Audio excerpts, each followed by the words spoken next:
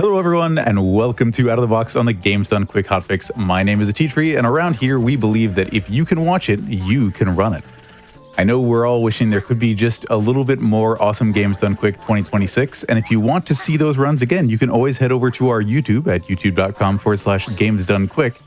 But there is a little bit more GDQ action that we can show you this evening, where Satan and herself and myself both took on the task of prioritizing the little in that sentence. We're going to show you some very fun runs of big adventures with little protagonists, starting with our first run, one of my favorite speedrunners, and if he isn't already one of yours, he will be soon, Jaxler, running an any percent of Misc, A Tiny Tale. Let's get it going. All right. Oh, there we go. Hello, everybody. Hi, I am Jaxler, back from the Torment Nexus. This is Misc, A Tiny Tale. You may have heard about what happened with this game at GDQ, but we figured out what the problem was. So very thankful to Ateetree and everyone else at Hotfix for giving me the opportunity to run this back and to show you all just how cool this run is at a high level. This is a indie collectathon. Think like Banjo-Kazooie meets Chibi Robo. It's probably the best way I can describe it. But before we get into the run, I have a friend joining me on the mic as well. Hi, I'm also a survivor of the Torment Nexus. We all mean Pittsburgh when we say this, right? Right, yeah. Right, Roughly. But like a specific like universe within Pittsburgh. No, that's fair. It was you had to be there. It was like the, like the I'm midnight not- hour, Persona 3, but Right. 5 a.m. I did wake up the first day after coming back feeling like I stepped out of a coffin, so you're not entirely wrong. Yep. Yeah. I'm not a speedrunner of this game, but I am an enjoyer of it, so I'm happy to tag along with you. Yeah, Lazlo's boss, I think, made the music for this game. I did. Or something. He did. No, very cool. Hilarious Yeah. like that. But yeah, this is an 80% run. Beat the game as fast as possible. Without further ado, if we are ready to get going, I will start counting from 3, and we'll start the timer on go. Let's do it. Okay. 3, 2, 1, go. Good luck. Thank you. All right, so there are 8 chapters in this game. And for most chapters in the game, we need 8 of the 10 available golden cogs in order to progress to the next level. There are some exceptions to that and some stipulations with some other chapters, but that is pretty much all you need to know right off the bat. We're playing as this guy named Buddy. He's like this little tin can guy who is just adorable. And as you'll probably come to notice soon, very, very floaty jumps and movement.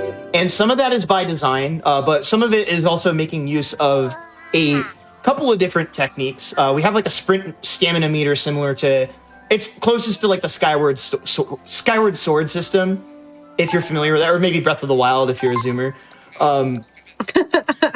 But yeah, so loading into this first chapter here, we're meeting some of our friends. There's Bag Boy. Bag Boy's the GOAT.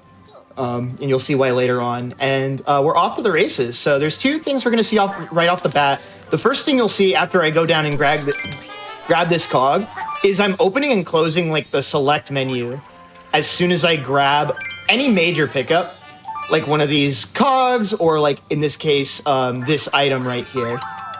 And so that allows me to sort of move around while the item pickup animation is playing.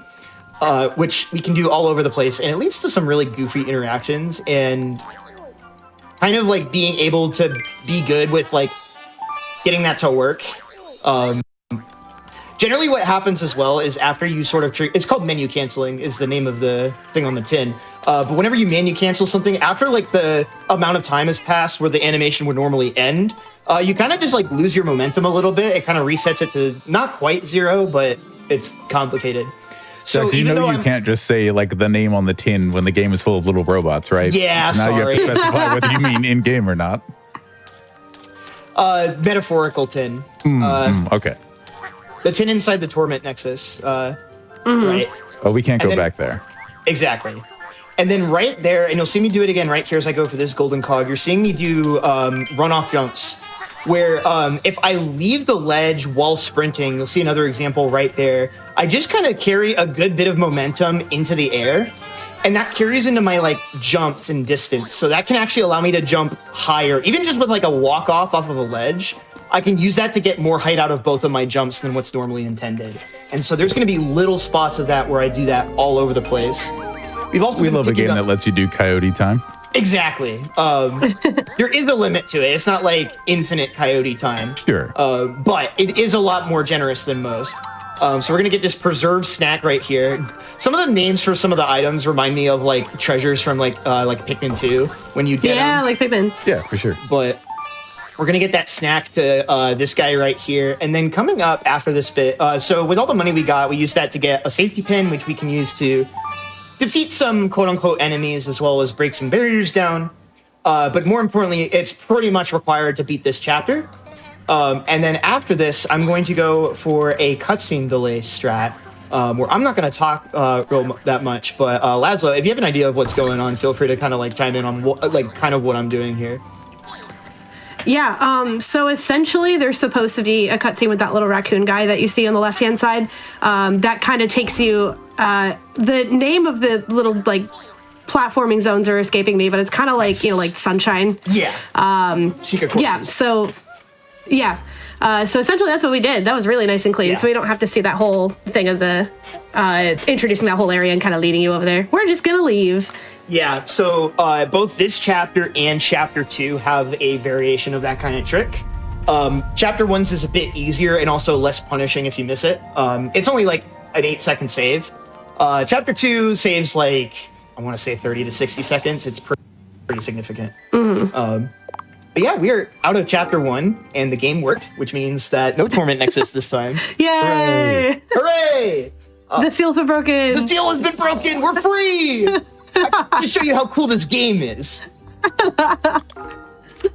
You know, I realize now that we didn't actually talk about whether or not that was going to happen before we, so I'm glad we got there. No, so what happened during the GDQ run is that I would try to talk to the shopkeep, and after I bought the thing, he would just stare at me.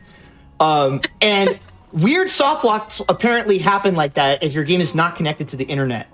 So that is, now that we know, obviously, now that I'm at my home setup, we're good. Something you'll I'd be notice very here as well, impressed if you were streaming to the internet without your computer being connected to the internet. Yeah, that would be just kind of like cool, like just secretly, it's like a webcam capture. Right. So something you'll notice as well, especially with the lines of dialogue, is that I'm kind of going through them faster than normal. I'll kind of go into the stipulations around it, but we do allow turbo in this game for mashing through dialogue, because the faster you mash, the faster you will get through those lines of dialogue. And then right here, we're going to be skipping a cutscene by jumping over the trigger with another one of those walk-off jumps. I get like way more height off of it than I'm normally supposed to, and that lets me skip a really long cutscene where we get this like really cute little frog costume outfit. It's unfortunate that we skip it, but it's like a multi-minute cutscene, and we do not have time for that. I suppose. I do love frogs, but I also hate time loss. I'm very conflicted right now. So in this level, one of the stipulations that we need to do in order to unlock one of the cogs is hit all 10 of these faucets, for lack of a better term. I think that's the word I'm looking for. I think just literally, I think that's just it. Spigots. Yeah, spigots. Yeah, that's probably pick your poison, dealer's choice. But it's one of those things where you could skip this sequence. It's intended to be required to bridge the gap to kind of get to the exit of the chapter. You can skip it, but it gives you a golden cog. And it is kind of like one of the faster golden cogs to get. So we kind of just play that sequence as intended, even though we could theoretically skip it. So we're going to get a couple here, and then I'm going to do kind of a cheesy little strat here. You're supposed to go into that tube to get to kind of this hidden area off to the side.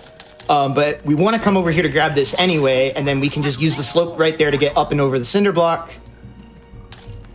And you'll be seeing this in a lot of levels too. I'm collecting a lot of like cash money along the way because we need it. Generally, it's going to allow us to get a pretty fast golden cog. And if you do your routing and movement properly, you can set yourself up for success. So we need 50 by the time that we want to spend all this money. But we'll get 50, but not spend it right away, because when we get to the top of the tree, we're going to do... basically, we got that umbrella for an NPC to trade for a golden cog. But the cutscene that we skipped is still there. So we saved climbing up the tree for last, so that we can do kind of a cool strat to just fly back over it.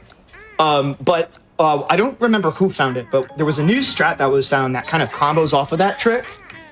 that allows for something really cool once we actually deliver the umbrella. So once I hit the last spigot, I'm just going to ask for some quiet time real quick because I actually didn't even learn this strat in prep for GDQ. It was like between the GDQ Torment Nexus and this showcase, I believe this trick was found.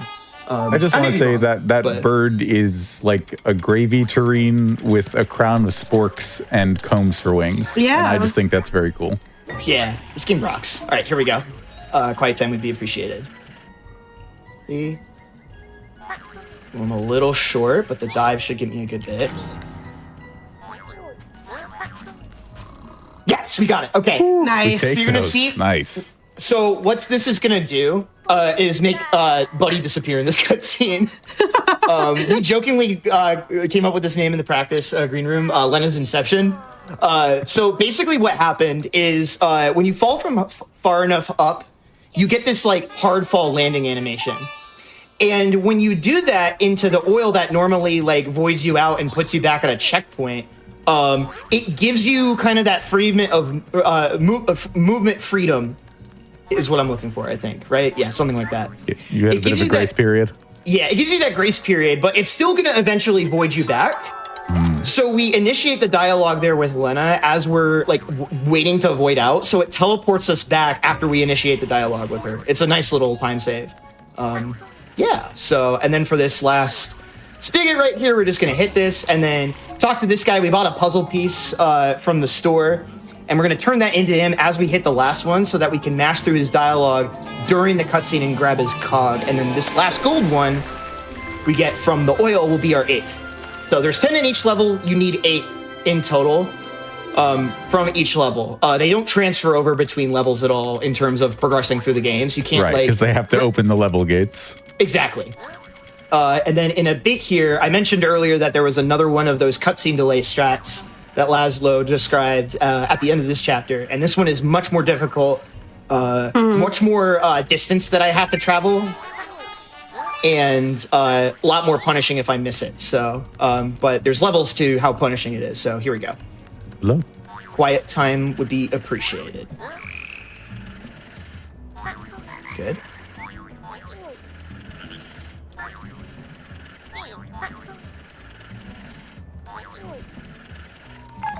Let's go. Very nice. That was like textbook. That was so good. Oh. So what that cutscene delay does, and you'll start to see the cutscene play actually as we get through this. You're going to see this guy named Adam show up in a UFO. This is supposed to like teach you about the game's like combat, quote unquote, and he's going to like box you into an arena and be like, play with my little friends. Here, have some friendship. He's just misunderstood. Yeah, But we'll get there. wow, that was a gold on my chapter 2. That's crazy. Let's go. Nice. Let's go. We take 2-second gold in this house. That was sick. While we're between chapters, I just want to tell people, like, if you want your chance to get a gold up here on the GDQ stage, you can absolutely submit and get involved. We are accepting submissions for the winter season right now. So if you've got a run or a showcase you'd like to potentially PB on the channel, you can send it our way at gdq.gg/submit/hotfix or type !submit in the chat for more details.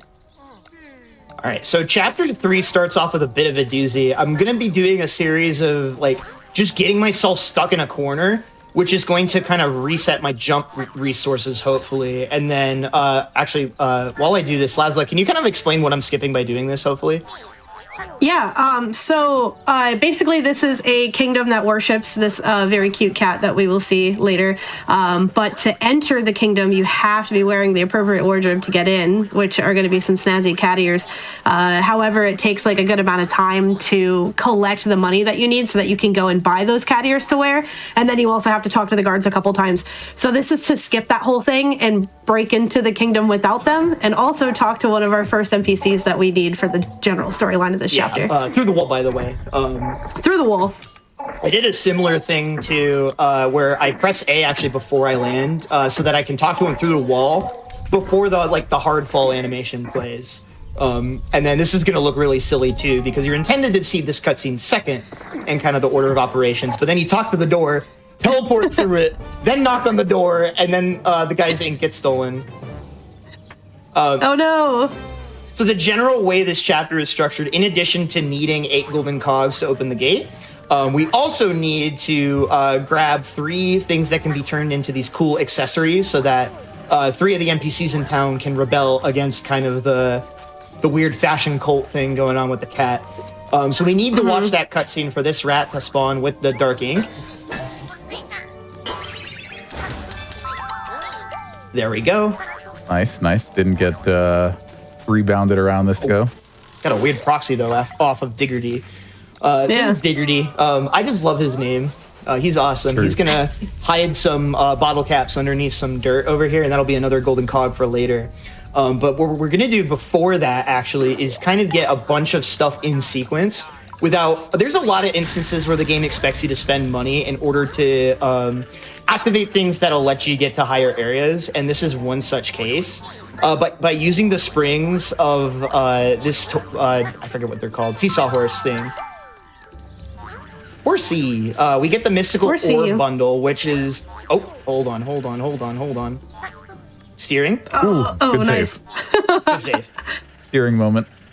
We can use that, like, walk-off jump stuff in order to just, like, get way more speed and avoid summoning the platforms that you're intended to use to get up there. And now we're going to go looking for buried treasure. Thankfully, they are always in the same spot. So every time I get one of these, it's going to give me a consistent camera angle. And then as soon as I get the cap, I menu cancel out of it just like that. So while we're kind of doing this here in a bit, I will just preface by saying coming up after this is probably, I would say, other than the Adam fight skip at the end of Chapter 2, this is probably the hardest trick in the run coming up. We're going to attempt to... We only get one shot at it, but we're going to attempt to avoid spending money again by basically getting a hidden golden cog and then using that to refresh our jump resources. And even getting to that point is tricky. We're going to be doing some movement off of that pinwheel over there in order to get up there, grab that golden cog over there far off in the distance. And I've been kind of workshopping some movement that I tried to learn in the past, but then I was like, this is inconsistent for me, so I'm going to give up on myself a little bit. But nah, we got this. Yeah. So we do, again, these big like walk-off sprint jumps that give us way more... It's bonus momentum. It's free once you know what you're doing. So right there, I wait for the slowdown that I normally get from the golden cog to carry it over. Now we got to actually get to the hidden golden cog I was talking about. Okay. Quiet time, please. Yeah, we got it. Okay. Nice.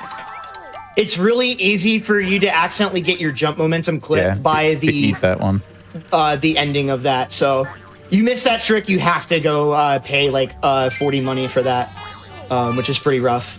But that also lets us get up to that cog with another like extended like long jump sort of thing, for lack of a better term.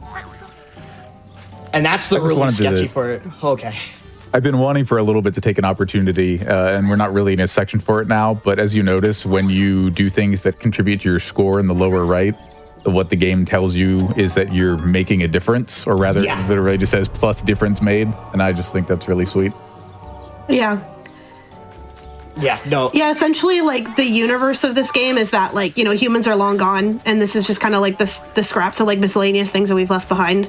So, there's first of all, sorry, I had to be quiet for the really cute I'll do it again in just a second. The little squeakies. He's so cute. And the close-up on the leggies. Yep, very good. Yeah. So there's a lot of, like, what's the word I'm looking for? Like, the general story of this game is kind of expanding your horizons and going outside of your comfort zone and doing the right thing and cleaning up after yourself and taking care of each other and all that. It's like a super, super cute game. I really recommend it. It's so good. So now we're... Yeah, go ahead, sorry. Oh yeah, I was gonna say we're talking to our rebels. We didn't talk to the first two, but here they are. We're giving them those accessories that they would like to use instead of their cat ears.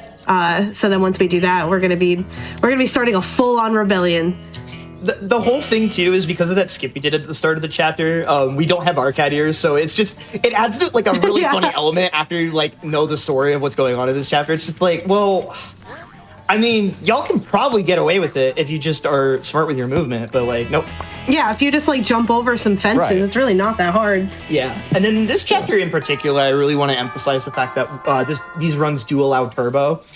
There is an unholy amount of dialogue boxes in this chapter because there's a lot of cool story stuff going on, right? But we have it set up so that you can bind a hotkey to basically auto mash the enter button, which is only used to mash through dialogue in this game. So we allow like turbo for the sake of mashing through the dialogue, but not for like other gameplay elements, if that makes sense. So I can't like do turbo to like mash my jump so that I always get that trick I was talking about, right? And well, I mean, besides that would be slow anyway, but you get my point, right? So to me, like that's makes this game kind of like really nice for a lot of people to get into because it's like, a de facto accessibility setting. Yeah, exactly, right? And it's pretty easy to set up as well. I know out of the box, like the whole theme of it is kind of like, oh, you buy the game, boot it up, play it.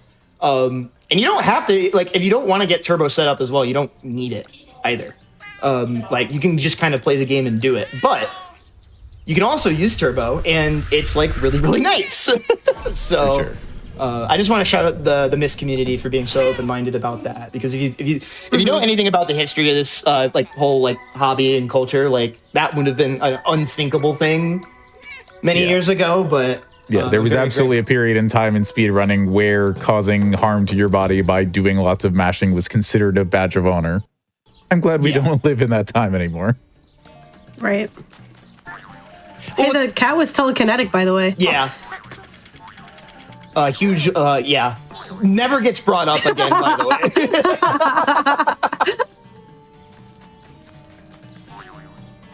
And then one last golden cog hidden in here. And then cool guys don't look at cog opening animations. So we just run away. And that's going to be the end of chapter 3 here. Chapter 4 is... So, like, chapters, like, 2, 3, and 4 kind of, like, all back-to-back are, like, really, really brutal. And then chapter 5 is, like, it has stuff, but it's really fun. It's like the junk food where it's, like, the strats are really flashy, but they're very consistent. And then... like chapter 7 is kind of like the last like real gatekeeper, but we're not really like fully out of like the zone of like torment when it comes to strat difficulty. We're not gonna get soft locked, thankfully, but that I can confirm. But like you know, But for at least a little while, we're in the fun part of the run. That's good. Exactly. Yeah.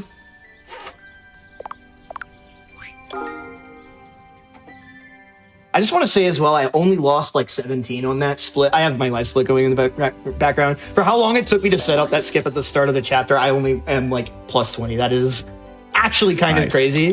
That just goes to show how good that chapter 2 was. But now we are heading to Shivering Shed, chapter 4.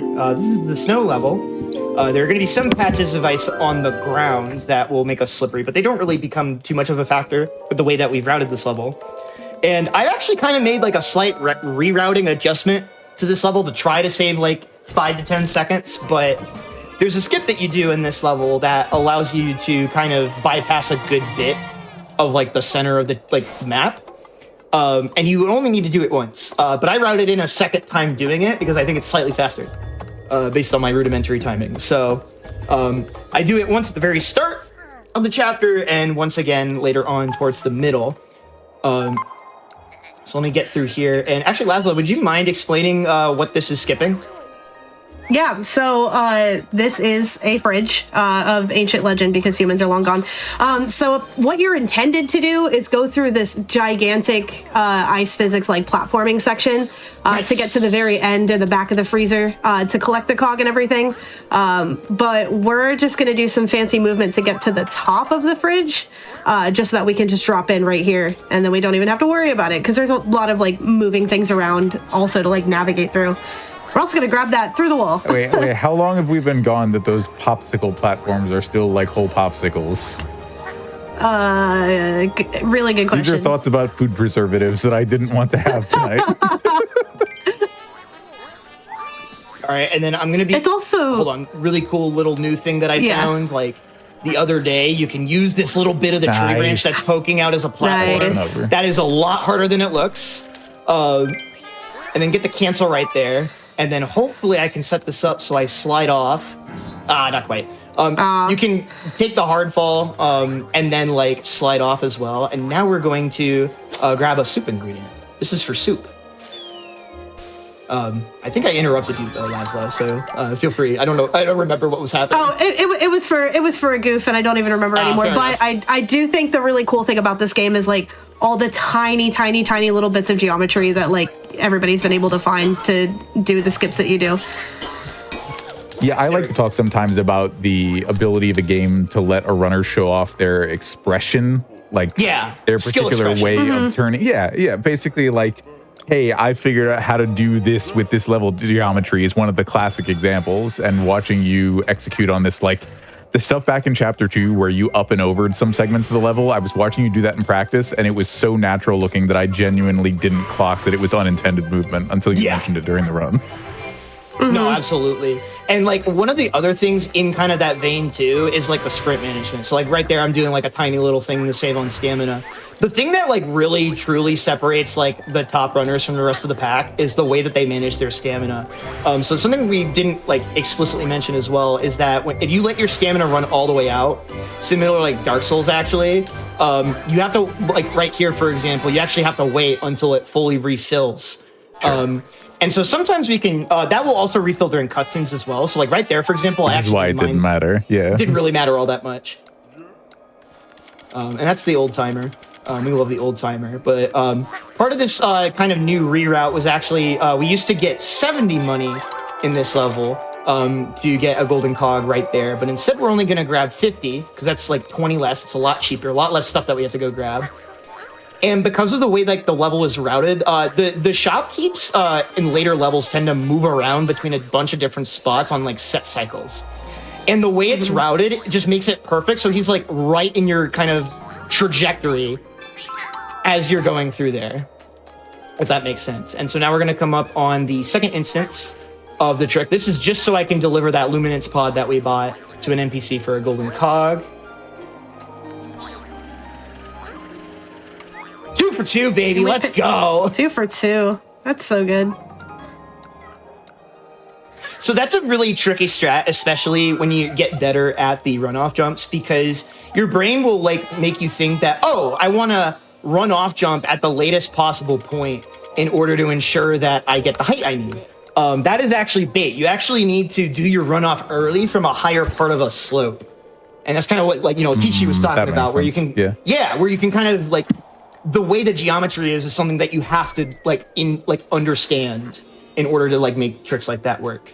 And especially in more advanced platforming like this, your brain kind of wants to tell you, all right, turn the camera, I need to see where I'm going to land this, and clearly you don't. And like having a lot of freedom and floatiness too is a gift, but it's like, well then how do I leverage that responsibly type of thing, And then now, that's like all the really sketchy stuff. I don't want to say sketchy, like it's inconsistent. Sketchy is in sketchy for my sanity. But now we're going to build a snowman. Unfortunately, we always build it the same way. You can sing the song to yourself if you want to at home, chat. That is not part of our deal. Right. Hey, how'd you drink that soup back there? Oh, no, I didn't drink it. The soup just kind of exploded out a cog. Well, the cog was there. I don't know. Well, you had a sippy reaction. Buddy loved it. Oh. I mean, maybe it's still in there. That's a really good question. Although I don't know if I have the emotional bandwidth or spoons to answer. Yeah, you know what I mean? and we saw the legs, like the bottom is not closed. You shouldn't be able to hold soup inside you, so I'm really not sure what happened. You can't hold soup inside you? That sounds like a you problem. I can. Well, yeah, Tree can. I may have done so earlier tonight. Can. Oh. Well, surely Buddy has a soup. I did have soup for dinner, too. Heck yeah. I'm at Chat, soup. favorite soups, go. Oh, cream of crab soup. Ooh. Chat. All right. Okay. What you got? I do know people who make a mean lobster bisque, but I've always just kind of been pretty basic with like either a corn chowder or a I'm so mad. I like chicken went to noodle. split and I missed the key. So it should have been a 3-second gold, but it's only a 1-second gold. Tragic. Oh, ouch. But now this is maybe like my favorite. Again, I was kind of talking about chapter 5 being the junk food chapter, where it's just like good vibes. It's a very condensed level environment, and we can do a lot of cool stuff. So this is another level with those kind of faucets that you're supposed to hit to access a different part of the level. But you can very easily skip all of them, and it's not like tied. Like hitting all of them doesn't unlock anything other than the door. Right, so there's no point in us doing it, and there's a really cool way that I kind of figured out to get us there. Or I think it was me. I don't know. I don't want. I want to be careful not to give myself credit for things I did not do. No, that's so fair. Hey, when you have a second, we have some soup opinions from chat. Oh yeah. Well, actually, give me 1 second because I would like to. So this is a little bit of new movement that was found where you can go off the side of this drum. I said where you can go. Hold on. Sorry, I got a little lost in the soup. Understandable. There we go. And then right here, the exit from that platform is just as clean. Like being able to do that with basically no movement in between. Now check this out. The poster has a hitbox, so you can use that to get up and over the brick wall. Nice. Perfect. And then you land on the honey jar right there in order to break your fall and skip the hard fall. And then you get a cog right here for regrowing the flowers just by existing on them, which I think is kind of neat. Yeah. And then, as you do the last one, you do a running jump into the gust of wind thing, which you then menu cancel. And then we're going to grab this alternator here. This is a required grab to rebuild Adam's UFO. In addition to getting 8 cogs, one of those has to be Adam's, because he gives you a cog for doing that. Also, here's like a really cool extended jump into opening the gate by just using the hover. And then right here, I'm going to try to break my fall on the fence. Nice. There we go. So nice. All right. And then as one last quick note, there is supposed to be 3 parts of like a musical score that you're supposed to get and give to some NPCs. And then they teach you a song melody that is basically a password to open up another golden cog. But it's the same thing every time. So we can memorize it and skip that puzzle. But Teachery, what's the deal with the soup? Yeah. So it's time to learn about soups, because some people had some soups I definitely had to go look at to learn more about. We've got some of the classic choices, from a tomato soup, a vegetable beef with some cornbread on the side. Oh. Several people saying tonkotsu. If you want something that's maybe a little too hearty to strictly be a soup, but if you're just drinking the broth, I'm here for it. A ramen done up extra, classic tomato soup with a grilled cheese. Okay. We've got suggestions of Wisconsin style beer cheese soup. Which, I can see it. Pozole, which is a Mexican stew with hominy and like chicken and chili. Ooh. And then someone's brought up mulligatawny, which I definitely needed to look up. It looks like it's like mustard, cumin, curry powder. So it definitely sounds pretty fancy, and like I maybe need to make it. Yeah. For dinner, I had a lemon coriander soup, which changed my life because I've never had that before. It's a Indo-Chinese soup.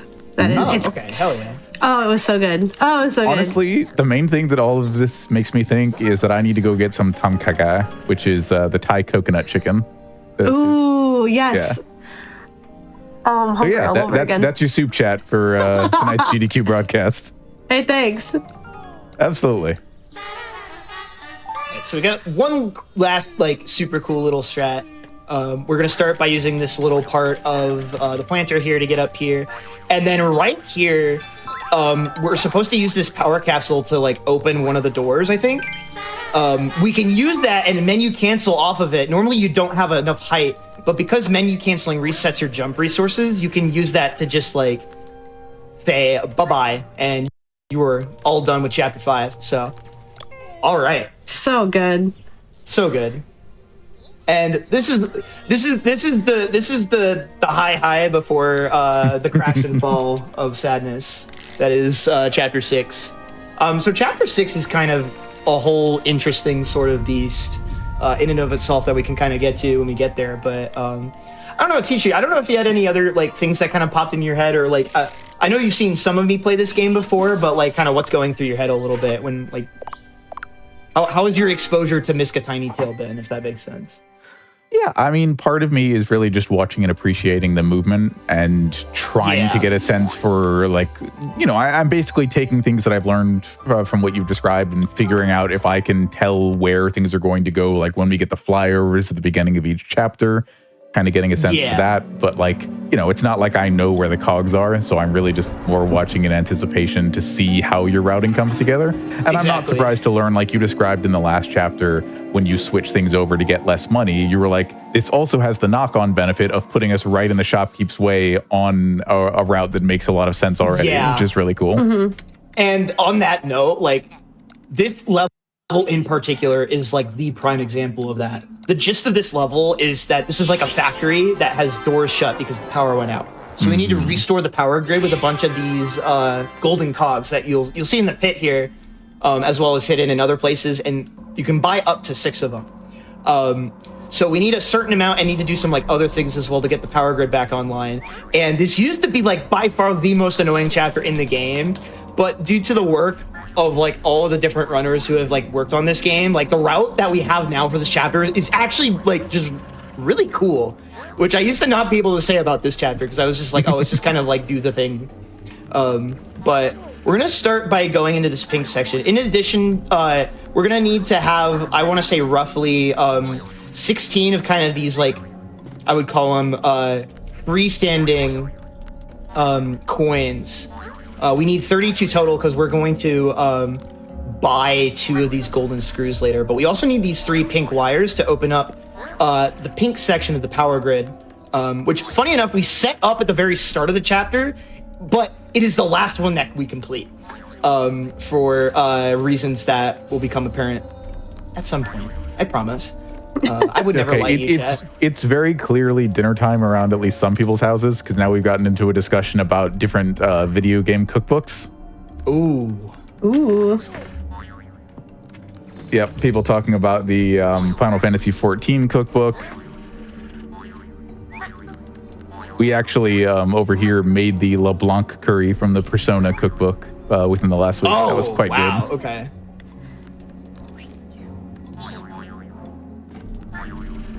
Yeah, we're gonna grab this first golden cog right here, and then, with a lot of the way that I'm choosing to order which golden cogs I put in, and you'll see me do an example of it on this. This is gonna be the first part of the power grid that I'll actually like fully complete, where what I can do is essentially like place it and then get a sprint jump out so that during the cutscene of it powering up that part of the grid, I get a little bit of extra movement. So like right here.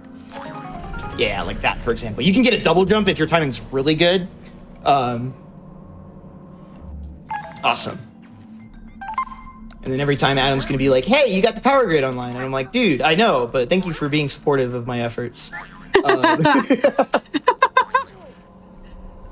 I know what I'm doing.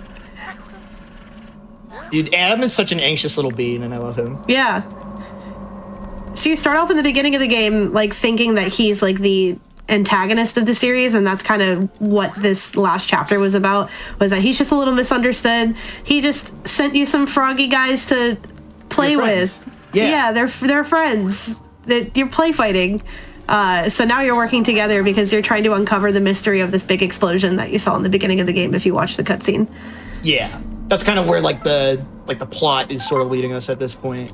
And then this strat is like, oh no, go ahead. Sorry, I appreciate that we had to be post-human to have play fighting that didn't turn into real fighting, because I feel like as a kid I never had a play fight that didn't later turn into an actual fight. Well, how else do you know that like your siblings love you? You know, that's like how it goes, right? Yeah. I don't say, to be fair, with siblings, I don't think it was ever play fighting in the first place, because my brother's 3.5 years older. So I basically didn't stand a chance.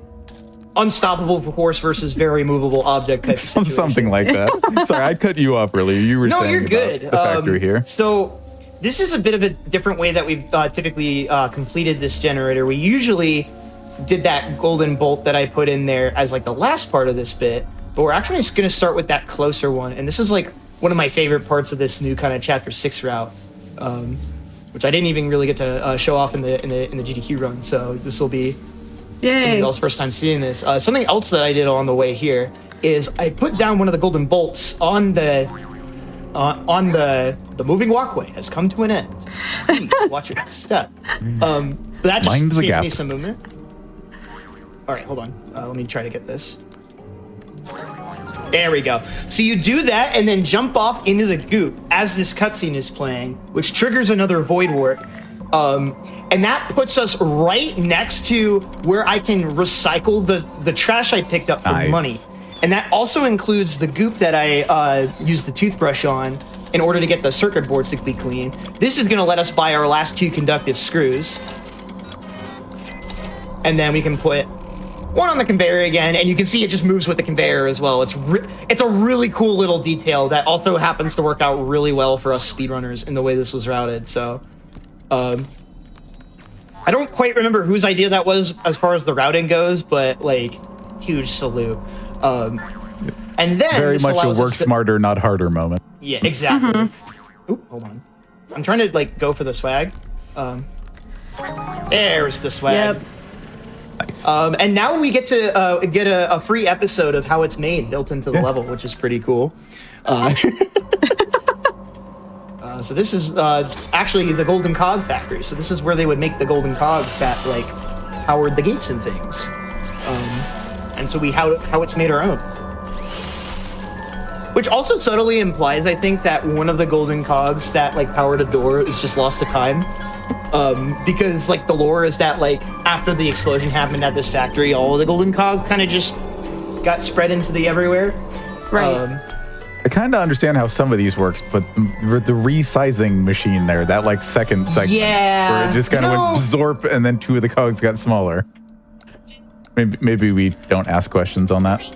No. Speaking of, like the silver sections on the ground at the end of the circuits, like I know those are probably solder joints or something, but they Yes. make me think of lithium-ion batteries when they go bad and become what are colloquially called Oh. spicy pillows. Oh god. Yeah. I can't help but see that. All right, and so as soon as we free them, that is the end of the chapter. So I mentioned earlier that not every chapter require. Okay, can I talk to you, Adam? Thank you. Yeah, what are you smoking at him for? I don't know. I feel like I Nice. just punched the toad and we're. You were just play fighting, right? play button. Right. Yeah, exactly, Right, exactly. right. Right. But yeah, that is chapter 6. This is Omega spoiler warning, by the way. So after chapter 6, something pretty major happens. And when we go into chapter 7, we will not be playing as Buddy. We will instead be playing as someone else. Laszlo, would you care to explain what has transpired in that cutscene I skipped? Yeah. So like once we restored power to this area, we also like angered this like robot monster thing, and we get into a little bit of a fighting sequence in Adam's ship. We thought that the monster was dead, so we all got out of the ship, and then he took one final swing at Buddy. So unfortunately, Buddy is no more, and Bag Boy is so upset and realizes that he needs to get help for Buddy. So he took his bag off. So this is Bag Boy, and this is what he looks like. And he's just gonna stumble around in these forgotten fields to try to figure out what he can do to save Buddy. Yeah, and most notably, Bag Boy's moveset is a lot more constrained. His jumps are shorter and a lot less floaty, and I can't like hold down the button to really hover in the same way. But our menu canceling tech still works, and the principles behind things like the runoff jumps still apply, just to a lesser extent. Oh, I almost missed. Oh, so close. So what I'm doing here is you're normally supposed to break this to access a different like part of the map. That's not. Hold on, give me 1 second here. Yeah. lock Get in that for a line second. up. There we go. Good. There it There is. it is. So you're supposed to fall into that cog, but it's way more efficient to jump into it. Bad Boy, thank you. But yeah. Shout outs also to Sucker Punch's first game, Rocket Robot on Wheels, which kind of seems like an inspiration for Bag Boy's look here. And maybe also a little bit. I can see it. I could see the vision, yeah. So there's a couple things we have to do in this level. This is actually the last chapter where we need all 8 cogs. We do not need any cogs in the final chapters. But more importantly, we need to get at least $40 in order to buy the replacement parts that we need to potentially save our friend. That right there, it doesn't look like much, but that is a pretty significant skip there as well. I don't remember how you're supposed to get up here, but definitely not like that. So that gets us to 20, and we basically need like $15 worth of trash to recycle. When you I don't know if we explicitly mentioned this, but you can recycle the trash that you pick up in order to get money for it. And then this is also like a really tough skip right towards the end of the run where I put this block down that's meant for another puzzle. And you can just barely land on a hidden ledge right there. Hearing you describe your movement tech and some of the way that speedrunners route things, it's kind of like listening to a chef that's learned to make good dishes just by like feel. Yeah. Talking about like your recipe ingredients, like you could do it this way. Like that's how most people do it. I just do it differently. Don't worry about it. Yeah, we're just built different out here. Something like that. In addition, in order to get this shop to work, we actually have to get this employee hat. Otherwise, the prices are too unreasonable. And you'll see that in a bit as well. And then again, we need. Good. I'm glad Bag Boy gets to do a little bit of costuming too. Exactly. Yeah. There we go. We grab that cog, and then while that's happening, before I get the slowdown from the cog animation, turn in the money. Thank you, Filthotron. Everyone say thank you, Filthotron, in the chat. And now, welcome to everyone's favorite Can't Do. Hosted by that one webcam that every streamer had in 2015 to 2016. So now I need to be very careful here. There's a cheaper thing that I can buy here, and if I do that, it's extremely bad. And I didn't get the cutscene skip. So if you re-talk to the shopkeep before this cutscene plays, it actually skips it. Oh wait, I kind of got it, but that was weird. There's like this cutscene with Adam where he's feeling insecure, and we're like, "Nah, bro, you got this. You're him." But hasn't been working for me lately. I'm not exactly sure what happened there, but yeah. So that Lego block, legally distinct Lego brick. We were supposed to use a bunch of those to make a bridge, but you can do another one of those walk-off jumps to get to it. That gets us our last golden cog of this chapter, and that is us getting out of chapter 7 here. You know, I was going to make the joke that you could call it a Duplo block, but I'm pretty sure Duplo is now a Lego brand. It is, yeah, it is the bigger... Well, that's the interesting thing is, like, Duplo and Lego, are compatible with each other, in theory, I think. Don't quote me on that, but it'd be really cool if I was right, so I'm going to continue to say it. Fair. All right, and so that is going to be the end of Forgotten Fields. That's kind of like the last, super really, I would say, tough trick execution level. The last chapter, Secluded Structure, is difficult in its own way simply because there's a lot of things you have to remember to do. And if you kind of do things or route things the wrong way, bad things can happen, is kind of the long and short of it. But yeah, this is Locket. This is the guy. He blinks his eyes by closing those caps and reopening them. It's really, really cool. And yeah, that is the end of our chapter 7 here. 2, 3, and awesome. So yeah, for those of you all tuning in from Hotfix as well, hope you all are doing okay. Hope you all are feeling pretty comfy right about now. If y'all have any questions about the game, any of the stuff that I've covered, or just what it's kind of getting into this run, feel free to let us know as well. This chapter is, in a similar way to chapter 6, very notorious, at least when the game first launched and we were first routing the game, of being oh, this is such a slog, we have to do so many different things. There's essentially 3 people we got to help out. That lion fan guy who's adorable, so a scarecrow guy, and then some old guy, forget what he is, sort of thing. And once you help the 3 of them, then you can go back to Locket, and that takes you to the kind of epilogue chapter of the game. And so what that kind of results in is us picking up a lot of trash. So we need to, in that battery UI element right there, we need to get to 50% to make the lion fan happy. We need 135 money to buy a thing in order to make... Oh my good god. Okay, I'm gonna go back up there for that. That's pretty rough. That's a new one. Actually, no, that's not true. I've done that before. But emotionally devastating. And then you also need to find these like pieces of like this like toy heart thing in order to make this other guy happy. That one's not as bad because it's just kind of like it's like basically trading out getting 8 golden cogs for getting all those pieces of the Triforce. So like here's one of them, for example, but then like kind of along the way, this is just like kind of a a master test of like your routing and making sure you're getting everything you need, because 135 money is a boatload in this game. So yeah, I appreciate that. Like hearing you describe the quests, it was like, all right, they already tested your ability to adapt to having a smaller move set and like lower movement, you know, whether that be casually or in a speedrun sense by changing your character. Now they're testing you again by saying, all right, you've probably gotten used to Bag Boy's movement by now, but now can you make him do all these cool things? Right.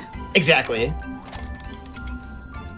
And so you're going to notice that I'm not menu canceling every piece of trash I pick up. That is because if you pick up a piece of trash while you were actively waiting for another trash put away animation to end, it will delete it permanently from your playthrough. Which in a 100% run, which requires you to do everything. So that's game over. You are cooked. So it's another one of those things as well where you kind of need to memorize, like, okay, I can menu cancel these ones, but this one's risky, right? So like this one, for example, no, but this one, these bigger objects, like different size objects take different amounts of time to pick up. So some are more worth menu canceling than others. I was supposed to menu cancel that one, but I forgot. Oops. Hey, if you forgot where you asked for questions earlier, we do have one from the chat. Oh yeah, what's up? That's what I was gonna say. This one's a little open-ended, so maybe we can put some constraints on it if you want, but the question itself is, does Jaxler have a favorite piece of lore? I was wondering if we should ask like in the context of the games you speedrun or this game specifically, but if you just want to talk about a favorite piece of video game lore, that's cool too.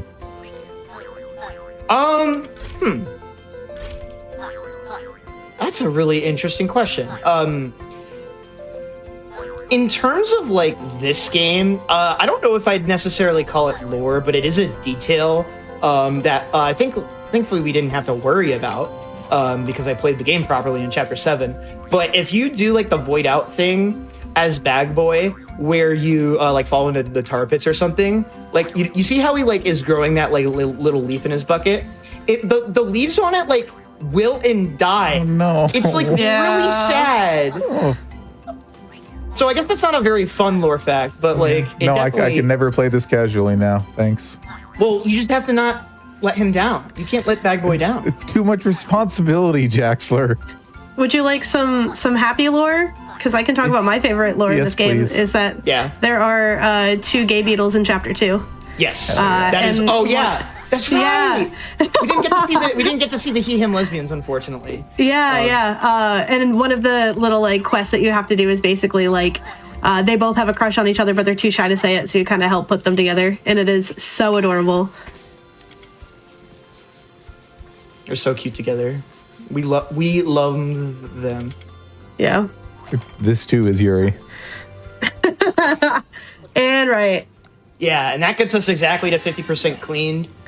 So that part is done, and now we're going to talk to Crow. And then I need to make sure I don't overmash here with the auto masher with turbo, because it will accidentally try to get me to buy the thing instead of recycle first.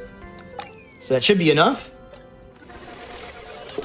Get us to 139, and now we can turn in all that money to buy this. So like the way it's all just kind of like routed out is just like it all kind of like perfectly spins back in on itself. This like routing for games like this like ends up being really interesting. I tend to find as well. I guess another fun lore fact as well, this is more about development of this game, is that this game very, very heavily inspired by Chibi Robo, obviously. The 3, I think it's 3 main people who were on the dev team for this game are, well, no, your boss like is in the States, but like the main brain behind this game is from Australia, right?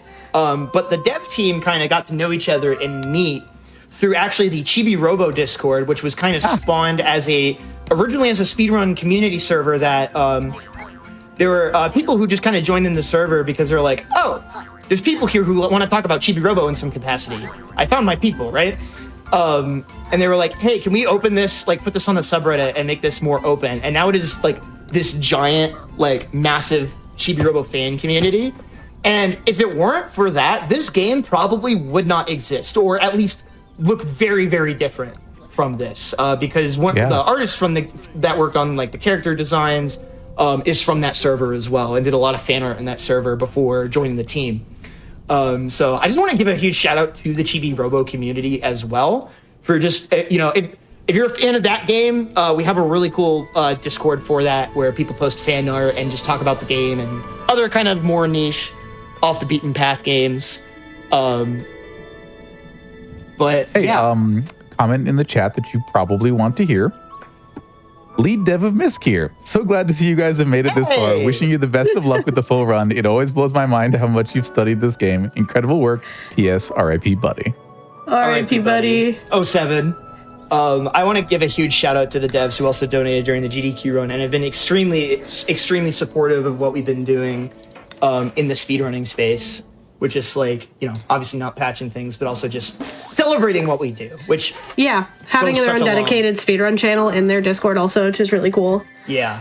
Wow. So I was going for a lot of new route stuff in Chapter 8. My Chapter 8 route in my PB is pretty out of date. That was like a 38-second gold.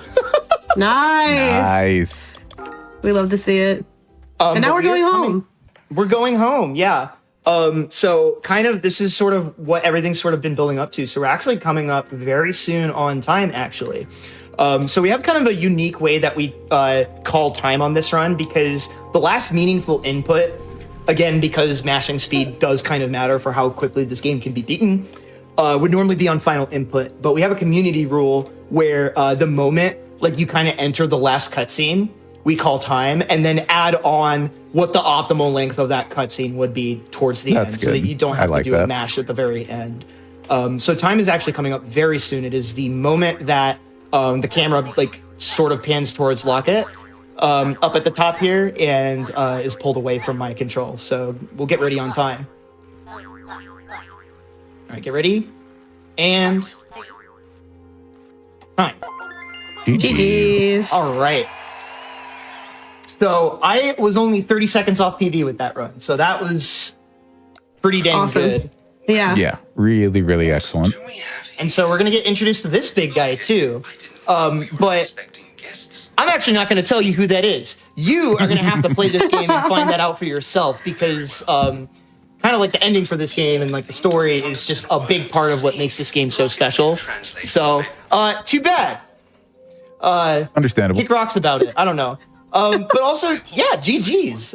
Thank you all so much.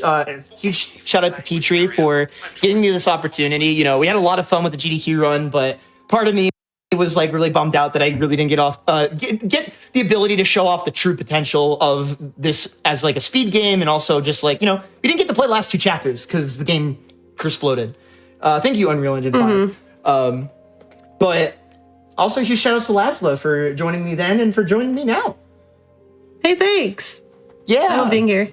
Thanks for being my friend. You're cool. You're cool. Where else can we find you, Jaxla?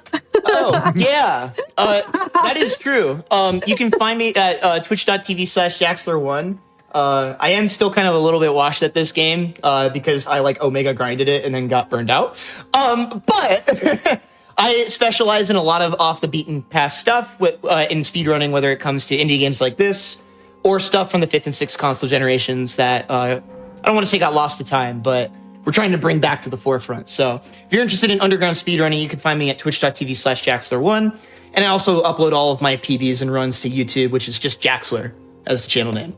But yeah, like I said, thank you all so much for being here. Nice that we went 6 minutes under, so I got to ramble for a little bit. And make sure you stick around as well, not only for the run after this of Psychonauts 2 by my friend Bites, but after that, on the show after this, Creature Corner, we are going to be doing Mushroom and the Spore Wars, and I will be co-commentating that. So make sure you stick around for that. But yeah, thanks everybody. That was a lot of fun. Hooray! What I always say is if it looks quirky and it moves amazingly as a speedrun, Jaxler is probably either routing it or actively playing it. So, or trying to get someone else to actively play. True. Also, yeah, you should absolutely stop by Jaxler streams and maybe pick up some of his runs. Do it. Yeah, so Jaxler is going to take a little break before he comes back for commentary during Creature Corner, and we're going to take a little break here on Out of the Box because, as Jaxler mentioned, we're not done with our programming evening yet. When we come back after a quick break, it'll be Psychonauts 2 with its bites. So take a few minutes, take care of yourself, and... Hello, and welcome back to Out of the Box on the GameStun Quick Hotfix. My name is Atitri, and I'm just going to get some last water before we go into our next run, because the protagonist of our next game has a difficult relationship with water, and so in keeping in spirit with Raz in our upcoming run of Psychonauts 2, I'm just going to try to make sure I don't touch any water during the run. So, with no further ado, it's time for an any percent of Psychonauts 2 with its bites. Let's roll out.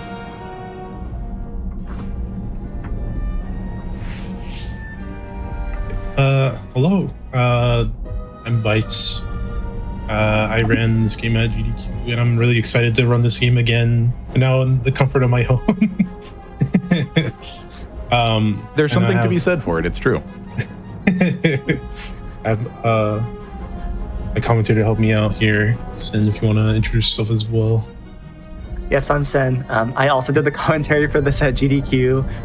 I'm a runner of the first Psychonauts and this game as well, so I'm excited to be back for this. Well, you can just get straight right into it. We start the game at a very fresh file, new game, so we can start and get on with this. In 3, 2, 1, go. Good luck. Thank you. I guess now we can talk about more of the technical stuff in the game, since at GDQ you're more into the keep up with you. psychological working with Allison was a really neat experience. That was really cool how that changed the dynamic of Be careful, darling. talking about how the game works versus what is actually going on in the game. Stay close to him. Right. Yeah, and it was sick also just having the psychologist, the amount of input that came from that was really awesome. What's that? But yeah, here, just to give a quick synopsis, this is 3 days after the first game, literally right after the first and a half game, the VR game Promise of Ruin. A lot of the plot just bases off of the ending of the first game. Where now we're in this game, we're in Lobato's mind, who was the main antagonist, taking everyone's brain from Whispering Rock, the camp that Raz and other psychics stayed at. And now he's caught on that we're in his brain, so he has full control. Yeah, the whole Psychonauts team is here essentially running a sting operation inside Lobato's brain. That's what the whole office setting was about. But yeah, it's about to look very different. Yeah, they're trying to convince him with Employee of the Month, but I don't think he fell for it. It didn't work that hard. Yeah, so we're gonna get basically all of our main abilities at this tutorial level, starting off with our roll ability coming up from Coach Oleander, as well as telekinesis, where we can grab and throw any object that we're able to grab. Just waiting for this. But you can also see what I'm doing here is really fast rolls. And the way to do that, where we can roll in the middle of that animation, is do a melee attack, and it refreshes the cooldown of that roll. So it just gets around faster when we don't have any abilities in our arsenal quite yet. Oh yeah, and phobia warnings for teeth, vomit, and I guess circuses maybe, if you're equally not into that either. True. Oh, okay, now this is the pop-up I wanted to get this time. There's a lot of collectibles in the game. Making sure that I get all the pop-ups as quickly as possible, so I don't have to deal with it later in the game. Here we're getting the second ability, this Side Blast. This is going to be the main I want to say bread and butter, but it's literally just the butter to any like type of bread that we're getting in this game. It is the main. Oh, I prop. It is the main ingredient to all of our like tech in this game, which is really, really nice. Yeah, and especially for like the fights in this, obviously you're seeing Psy Blast is used a lot, but also throwing objects at a lot of the enemies. This game does have a lot of required fights, so the objects that you throw at the enemies will kind of stun them, so you'll see Bites always trying to at least grab some object to throw at the enemies. Here I come. Yeah, a lot of the enemies are very much just weak to each other, but mainly that regret is the like strongest to use against anyone. As if we shoot the regret and grab the weight while it's falling off the ground, that is like the main or like the max damage cap that it'll have. Rather than if we grab it straight off of their hands. I already have it. Yeah, I know for the doubts, I believe it kills them in like a single hit when you throw it at them. And those are normally weak to fire, so especially if your fire is recharging, you can just throw one of those at him. Yeah, something else you're actually seeing Bites doing here is he's actually manipulating the spawns of the enemies. So the spawning of the enemies is camera-based. So depending on where Raz is standing and where the camera is at, he can kind of line up some enemies to just get rid of them faster. Yeah, this will become more important later when you have access to more like stage hazards, but for now it's still not quite as useful as prop flies, but very useful. Our other main techs that we use, Psy Blast, is the prop fly, where we have our Psy Blast charged, as well as using telekinesis on prop.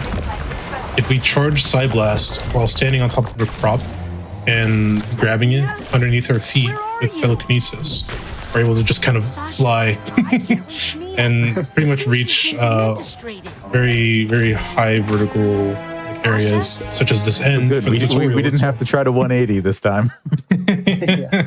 Yeah. It's good to note as well that prop flying is always to the right of Raz, because when you pick up an object, it's always right aligned. Yeah, it always wants to just be on Raz's right side. Right. That picture really captures my start. Yep. Now, we're not actually Psychonauts. We're now demoted to psychic interns at the Mother Lobe here. Standing for Thinkerprint. We didn't have access to anything, but now that we have the intern badge, we're able to just like go into basic rooms of the Mother Lobe. I'm trying to also dodge these cars because they are meant for like leveling up. And I don't want to level up with them specifically. I'm trying to get other means of leveling up in the game. What is it, Harold? Yeah, we've got a couple of very specific points at which you level up that we really didn't even talk about in the GDQ run. The loose cards are just made to upgrade into the challenge markers that we get. Right, you have to combine them with a core at a shop. Yeah, and we're not gonna interact with any of the shops at all. Yeah, I know in the first game it was like there were routes to get items with like either some of the currency or to be a certain level, but yeah, in this game we don't need like the ranks really for anything. Yeah, and another like contrast to the first game is that we're not going to be skipping any levels at all. We're pretty much just going through the entire game, but also like skipping like large chunks within each of those levels. Due to the fact that there's like a whole checkpoint system that is very solid in this game. So either we try not to skip everything entirely, or we have to get to certain checkpoints to not softlock ourselves. But yeah, between prop flies, between some checkpoints that you can hit from alternate angles, there are still some very cool looking skips. Like we'll see one coming up in the casino in a little bit, but for now we just need to do a little bit of mail sorting. Well, I say sorting, but we're just kind of throwing everything into whatever pipe. Yeah, you don't need to. Hopefully they get their packages. You know, maybe they'll get them. Everything's going somewhere, man. We weren't taught which ones were the right ones. They might be color coded. Our mentor is not here. I can't see which one was correct. But we just needed 11 total mails sorted, and then just get out of there with a big box. Oh, good. You can Psy Blast some of those boxes as well. Let me know when you're prepared to learn just to speed it something. up while telekinesis is recharging. When does class start? Yeah. When does class start? Yeah. Yeah. Now it's time to make some mental connections. The interesting thing that we'll see with mental connection in just a moment here is that we can actually fling ourselves off of the connections, giving us. Oh, no, I needed that. Press the wrong button. All right, I'll get a backup one over here. Yes, I think there's also one in the casino, like towards the top. So there definitely is a couple you can grab here as extra. So we do actually need ranks for something. We lied a little bit earlier. We actually do need ranks for a couple of power-ups. Yeah, so there's a backup one there. We're trying to upgrade the levitation ball, so we're able to do some movement tech later on, and so we can push enemies with the ball itself. Oh my God! Look at the size of that kid's head. Get him to radiology. Got a little auto scroller thing of more plot. Yeah. Unfortunate that I pressed the wrong button there. I rolled instead of pressing interact. I just rolled off the ledge. Oops. It'll happen. I heard the technique Nothing too serious though. Hollis Forsyth? Oh, my intern? Yeah. Well, there's going to be a few instances of these side-scrolling auto-scrollers that I can just use the roll tech for. And again, it's just using roll and pressing the melee button in the middle of the animation. And your It's like it was pretty fast. You may have noticed as we were going through the mother lobe, the hub area, we were doing a combination of that and using Psy Blasts and the levitation ball to accelerate our movement even more. Yeah, a lot of the movement, of course, is like always going to be the main ingredient of Psy Blasts, where you'll see a lot is that I'm doing Psy Blast, roll, and jumps, called Psy Hops. Oh, this is a big launch. Oh, nice! Wow. Didn't get up a above very the X-ray, but yeah. That was a lot more than I thought I would get. Here you can see one of the first instances of a fling, where I'm going to fling myself across this room. Oh, I didn't. Yeah, you can carry that momentum through like holding Psy Blast, like while you're gliding with the levitation, and you'll just retain all that speed until Raz hits the ground. And here we're getting another unskippable cutscene where, as the devs have said, shows the solution of the puzzle as well as changing the environment around Raz. So like it doesn't confuse the casual experience, which is nice. But it's too risky. And while Hollis is making some connections, I just want to thank everyone for supporting Games Done Quick with things like subscriptions, gift subs, and bits tiered. I know there was a hype train a little earlier, and just know that your contributions help keep shows like this one running. So if you're enjoying the stream, consider subscribing for exclusive emotes, ad-free viewing, and access to the chat during replays. You can also always support the stream by sharing the Games Done Quick channel with your friends. Experiences. Very nice, very nice. We're getting another one of these nuggets of wisdom. This time I'm not going to forget it. You're just following our figments. Follow the figments. That is the solution to this puzzle. Of, going around this this little church area. Skip the cutscene. Yeah, so Raz is finally getting the mission that he wanted, the dangerous mission, but probably not the way he was expecting, because now his teacher just wants to gamble a lot. So our next level is going to be very, I guess, similar in format to what we saw with like the classroom, but it's going to look very different. I missed the cutscene trigger. No big deal. It's fine. We go a little up and come back down. Thankfully, there's something to grab onto up there. But yes, our version of Raz is also being a little risky by jumping off the side of a building to hit a cutscene trigger. Yeah, those cameras did not like psych users, so yeah, barely made that. I don't like this. Yes, we can upgrade the don't- levitation ball there. Casinos don't like psychics because they can just read their minds.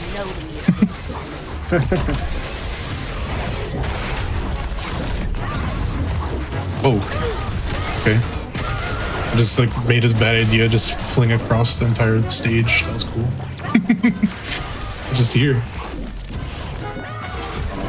Yeah, so thankfully the bad idea is to shoot like an explosive projectile to do like extra damage to the bigger sensors. Make sure he gets closer. Yeah, and things like this are one of the main reasons, or one of the main considerations around how Bytes will try to manipulate how fights progress. Deal 'em in. You can keep an enemy close to a projectile that spawns from a bad idea. If you can keep an enemy spawning over a level hazard, that sort of thing. Damn you, live. Yeah. Also, this is one of my favorite auto scrollers to go through. It's, You did it, Dr. Potts. from recent Let's go for double or nothing. Woo! info that I've been given from a lot of people that have paid more attention to details. Dr. Potts, in this line here that's about to happen, Ah, is gonna introduce himself So sorry, for his full name. well, it can't be helped. Some patients are just. Or did he already do it? I missed it. I think it was the first one. He called himself Jack, Like the look of these. and it's Dr. Jack Jack Potts Very good. Yes, the heart. in a casino level. This is honestly the most overlooked detail I possibly could have missed. As well as the nurses being Belle, Cherry, I'll just and Bar, which are like Yeah, all of the other standard things that show up on a on the wheel on a slot machine. yeah. I do not gamble, so I don't know these terms. Probably for the best. having it. I feel like the only things we like to gamble with around here is the RNG in our runs. Exactly. Yep. Here we're gonna get another prop fly to deal with a lot of these rigged casino areas. Yeah, Raz. Pretty much all of these like background games are rigged. So Right, Raz has to Raz make learns them in fair. having conversations with the the docents and the prescribers at all these different parts of the all the different parts here that everything is very much you're not supposed to win. You're never gonna make it out of here. Just Hi. quiet down and enjoy the games. Hey, let's get Exactly. But of course, Raz has to make sure to see if it's even possible for him to win first, and you can see here that all of these is pretty much ending in failure. That spot looks like it pays a gazillion I dollars. don't know, that was pretty Careful. fast. Any luck? Wouldn't the wisest Yeah, that choice Plinko be- machine can be a little Maybe you bit should quit difficult while actually because you can just angry. keep getting bounced around in there and Especially when losing a lot of sounds time like if you've you're got a in there too that long. doesn't sound like a smart way to make decisions to me. And as per using mental connection, I gotta get all these clouds out here to I get pass this puzzle. Usually, they don't make it obvious that you can like go to the next area. But like sometimes there are times where I'm able to like go to the next area and then solve the puzzle. But then like through experimenting the route, it's actually ends up being a soft block because you're actually meant to solve all of them in order. That heart much better. I'm cured. Because I wouldn't be able to get like Gazillion dollars. I'm making progress. the next area without getting those checkpoints.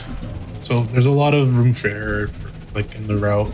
Besides like just playing the game fast. I gotta follow my what? Yeah, a lot of what we're doing around here is helping out the heart, which is to say, in the case of the Plinko board, we're putting the heart on the board so you could actually win.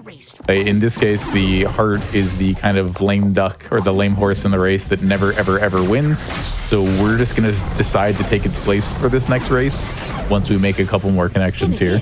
All I have to do now is place a bet on And Raz does hearts. become a very convincing heart here with the paper bag, get I up. gotta follow True. my Hey, I mean, it worked for Spider-Man. You'll never know who's under the mask. somehow. Yeah, this time in this 2D auto scroller, I'm not able to roll, but I'm just gonna be faster than any of the other competitors in this race. I never really noticed the detail of how like their running cycles actually, or the running animations look like. They look very silly. Yeah, the arms dragging out behind them like they're wearing oversized costumes that aren't really fitting for them. And its hearts can This would be the first boss of the game, the Lady Luctopus. The main tech of this fight is that I'm going to be... I need to go this way. I'm going to be going behind her tentacles to make her pretty much hit herself. And also, I'm using Side Blast to make her skip dialogue to attack sooner than she usually should be. So I shot her there and now she's able to this little card attack. And now it's gonna spam Side Blast to cycle through her dialogue, so she can get the bombs out soon as well. Just like in real life, the safest place to be in a casino is off the gambling floor. I'm on a roll. True. And after every phase, we're able to get inside of her mind and just kind of break that little heart. Sadly. Yeah, and even with all these dialogue skips, this lines up perfectly to where like the cards are never up when the Luctopus is shooting the bombs into the sockets. On that last one, she can actually shoot it around the cards, so you don't have to worry about it. But on this last one, we do have to wait for the cards to go down. Yeah. It's mostly the cycle of whichever side it's on. These cards cover the tentacle. So this last one should be able to either hit the cards once or just miss the cards overall. But I think it's gonna hit once. Never mind. Oh, nice. We just get a really good cycle. Yeah, cards are going down just in time. Why? Who put this here? Very nice. Yeah, so this next casino section, we're going to be doing another prop fly to skip a very long, I think it's probably like 40 seconds-ish, kind of auto-scroller part. So thankfully the end of this section is just loaded at the very bottom. So Bites is going to just use the levitation ball, and it's going to be switching between it. You see he's like levitating and then getting on the ball again. Because it'll end up falling straight down and we'll lose like all of our angle there. Yeah, that's a setting that we can enable in the controls to drag the levitation ball down from a glide. It's interesting that that's like a hidden feature type thing that you can just enable in settings. Yeah, and also if you saw it as we started that prop fly at the end of the casino section there, all the character models who were supposed to talk to you in the cut-ins, like the one we saw from Sam there, are actually just all up on the roof. Yeah. I saw Bites pan the camera a little bit. I was like, okay, I wanted to show up. You can go say hi to everyone. Just flying by. Right, here, we're going to be in the Brain Tumbler, but not for that long. The Brain Tumbler is just used to revisit any mines that we visited for 100%. But we're not going to be doing that at all. So this will be the only time we'll ever see it and smell the smelling salts. The note I found at the Our main objective is getting to Truman. Report what we found in the hotel. Sasha was all. Just a picture of Raz's girlfriend in a hidden room. Oh, I see Agent Forsyth over there. All the context we get in the room. Right. I love skipping all the cutscenes in the run because you get so many like out of context frames. What are you doing? When you'll get soon after this next mind, it's like a very short visit. Yeah, it's not like Lily doesn't get up to all of her own sneaky stuff. They are spies after all, but yeah, in that case, seeing her show up there is an ill omen for things to come. I know it's only for a... Aha, interesting. So we're getting the bonfire upgrade as well. So our pyrokinesis will have a lot wider range, and it does help, obviously, with this section because we can light 2 of the torches at once. But it's also going to help in just some of the fights later on because we could try and burn multiple enemies in the later fights. Yeah, it's also a faster cooldown and other things. Ooh. That's right. Hey, there were 7 stumps. There's 7 stumps. Psychic 6. Lucretia must. We're not doing that bit again, sorry. Wonder why she's not. It's okay, Raz will do it for us. I mean, I guess because that would make it the Psychic 7. It speaks for itself. She must have been important, or Ford wouldn't have carved her. But yeah, we get another unskippable cutscene because the tree changes in the environment, so it gives the idea of direction to go. There's a note to Ford in it. Looks like it's coming up is my favorite out of context cutscene skip. third cycle. So don't blink. Because it goes by real fast. She's hoping to get out of Barovia. I think my favorite out of context is somewhere in the middle when it just shows Ford's face, just like as the whole screen. That's my favorite one. The Sharkov one. We could wash the Titanium out of these caves in no time. There it is. You'll never know what the context is for that. Unless you play the game for yourself. Which you should. If you ever wanted to imagine Raz's head on Ford's body with just no context. Genuinely, this game is great as a speedrun because it moves really well, but it's also tremendous fun to play casually. Oh yeah. There are many reasons in the writing and the execution and the small details like we were getting at earlier. Just the little things all over the game that are why it's one of my favorite games of all time and definitely my favorite game of 2021. Oh no! Right. That's the final board. Also, there was our mentor. That was Nick. Yeah, that was him. He was in the box earlier. Everybody loves Nick. Except for the person who put him in the box, probably. Yeah. True. Min. I'm glad we let him out of the box. We're in Truman's office again. True. We got our mission to get Ford's mind back together. Like a real psychonaut. We have a visitor? We should be. Maybe that could be. Also, we're finally being let outside. I guess we needed access to go outside. True. Yeah, we weren't allowed to go out. That does seem like something a spy organization would do. You can come in, but you have to stay in until we know you're cool. I'm gonna grab this prop for future reasons. See you very soon. Right now, we're gonna make a quick stop at the psycho isolation chamber. Hi. To meet with Taro. Compton. Hey, Taro. Hey. She said, "Hey, back." Right. So I'm gonna get that out there. Agent Bull? Hi, I'm Gotta get Agent this.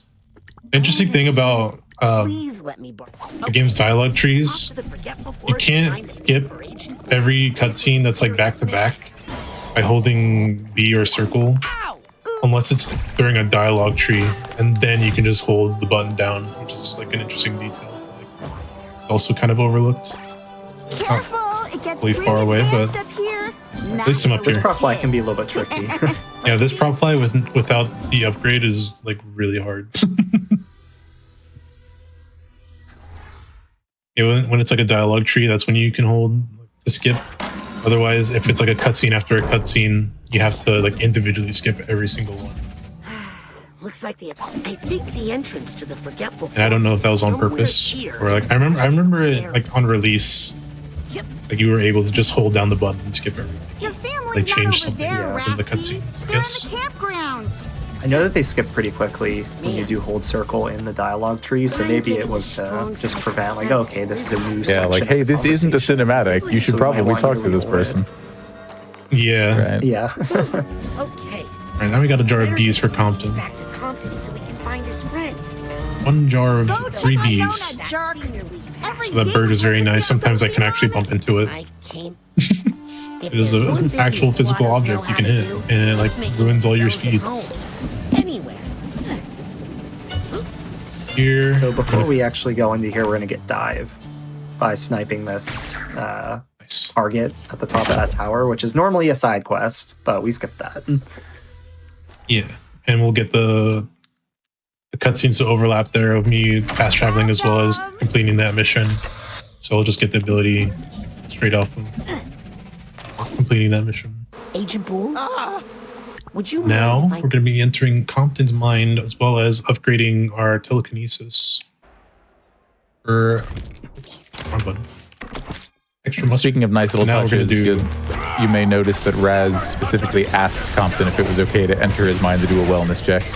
Every character after Forsyth in the casino, Raz learned that lesson and makes sure to ask permission. We love character development, True. especially a good influence. Now Compton's we're fine. going to It's be pretty much a cook-off. we're going to be cooking the audience. Yep. Yes, this is an audience They're so participation excited. show. Yeah, they are very excited to be served. so And speaking of it being an audience participation show, chat, what game show do you think you could do the best on? That's a good question. I feel like me in a past life would have been game to do Jeopardy, but like my recall of facts and nuggets of wisdom and stuff like that isn't as sharp as it used to be. Yeah, I'm not very like in tune with like pop culture. I don't think I could do that well with Jeopardy at all. Or like maybe like a Wheel of Fortune for you. Maybe Wheel of Fortune. I can.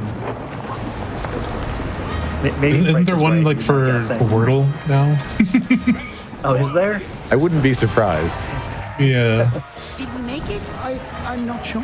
We'll find Price is Right is possibly. That would be interesting. I'd still be guessing a bit on Price is Right, but you know, there's still a better chance than Jeopardy because I'm pretty out of tune with stuff as well. Between every. We have someone in chat who suggested that this is the game show that he'd be best at. I don't know if that means like, you know, Great British Bake Off or specifically as a contestant or an audience member. True. Good question. Yeah, the judges are very brutal, so yes, this would be a hard one to be a part of. I wonder which ingredient he'll select first. Also, this mine is very tricky with the telekinesis upgrade because sometimes I can either miss the egg entirely or like I guess that's the only thing is like missing the egg or being able to get everything on the right places. Even though the section seems like it's more of like an auto-scroller, we're kind of just waiting for the food to be cooked, you can lose a lot of like unintentional time by just not throwing the food fast enough or like just the timings on everything. Yeah, everything is quite literally on a timer and like having to overlap which ingredients are going to be done before another. It's hard to manage sometimes, like especially starting out. Yeah, much like in real life, trying to get everything to come out of the oven at the same time is like, that's not me.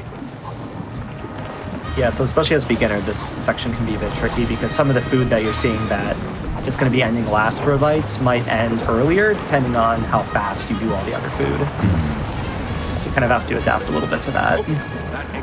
Yeah, because the only station that takes the longest is the blender, and I always thought about like changing the order, like putting the stuff in the blender first, but then like it's always the travel time of pressing the button that like makes me not think it's faster. That's not. Now be gone. Oh, we got that done. We got bees. So it's like a something weird you saw thing. Bites do as well here is like he's pushing the enemy with the levitation ball. That was a part of the upgrade that we got earlier. I believe it's called Pouncy Ball. So we can just push like any enemies. So a lot of the big ones will be knocking them off of the stage. Alright, let's try on that. Alright, let's see if the egg cook itself. I don't need to be there to possibly. I'm surprised and a little impressed at how many people in chat would go for the physical challenge-based shows. We got people mentioning Nick Arcade, Double Dare, Legend of the Hidden Temple, Guts. Oh my. Right? I saw someone in there say classics. Deal or No Deal. I saw someone say Deal or No Deal in there. That's a good one as well. Yeah, I can go for that. Okay. The egg did in fact cook itself. Nice. We are on a good pace here. Also, the funny thing, or a funny detail from like the difference between this update and release update is that the egg was cooked in reverse when the game first released. So you would see like the fully cooked egg like cooking on the pan, and then it would be the raw egg when you fully cook it. Nice. And they had to update it to change that model. I mean, I do like a hard-boiled egg, but that's not how you make those. You don't have to start with a cracked egg to get one. I'm gonna get, okay, this time I'm not gonna forget. I'm gonna get this whole half of mine for safety reasons. Mine choice.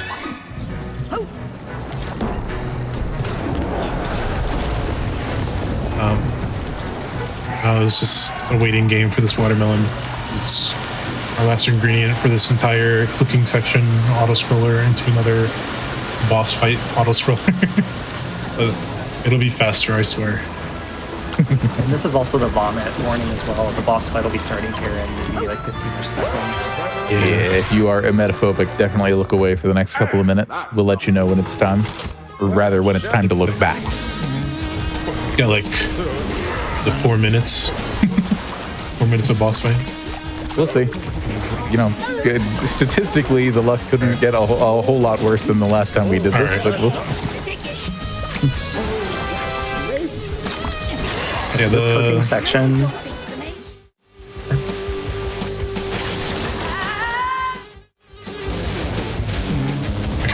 So this whole part has like a logic to it, kind of. So Bites is pretty much going to be falling off of the stage to skip some of the attacks that the puppets are doing. And we want to do the one where the one in the middle, I guess like the forward one, is spitting out all of the ingredients. And there's, I believe, like 6 different spots that the food can actually spawn in. But some of them seem like they're more likely to be in some spots than others. So for instance, like the strawberry, we feel like it's always like in the top right, which of course it was. Yep. So we kind of, like try and like, we feel like it's fully random, but we feel like it's kind of not fully random. So this can be a huge run killer early on if you get that RNG. Yeah, because between each phase of this, there are different guaranteed numbers of ingredients. So this first phase was 3 guaranteed ingredients out of 5, and then this one will be 2 guaranteed, and then the last one will be 1. Okay, so we're getting pretty good pulls right now. Kind of happy about. I don't want to jinx it too soon. I didn't figure I'd hear the phrase, we're getting pretty good polls in this kind of stream on Twitch.tv. It's usually something else. Then again, speaking of gambling. We're out of the gambling section, but yeah, we're still gambling on our... I suppose so. Yeah, I know that Bites had also mentioned Old Patch a bit ago as well. This fight also has some differences on the first patch of the game. So there is a chance in the last phases of this fight that a food just doesn't spawn at all in any of those. So they did have a logic to, okay, maybe the food just won't be there and it'll be in the next patch. And that was something that they ended up changing in later patches to make it so it's always going to be at least guaranteed in one of those spots. Yeah.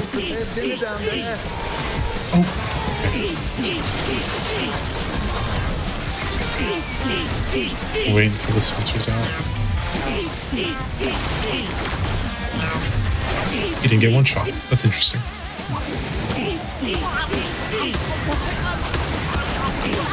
And there's not a lot of spawn manipulation on this boss at all, because they all just spawn in the outer radius of this arena.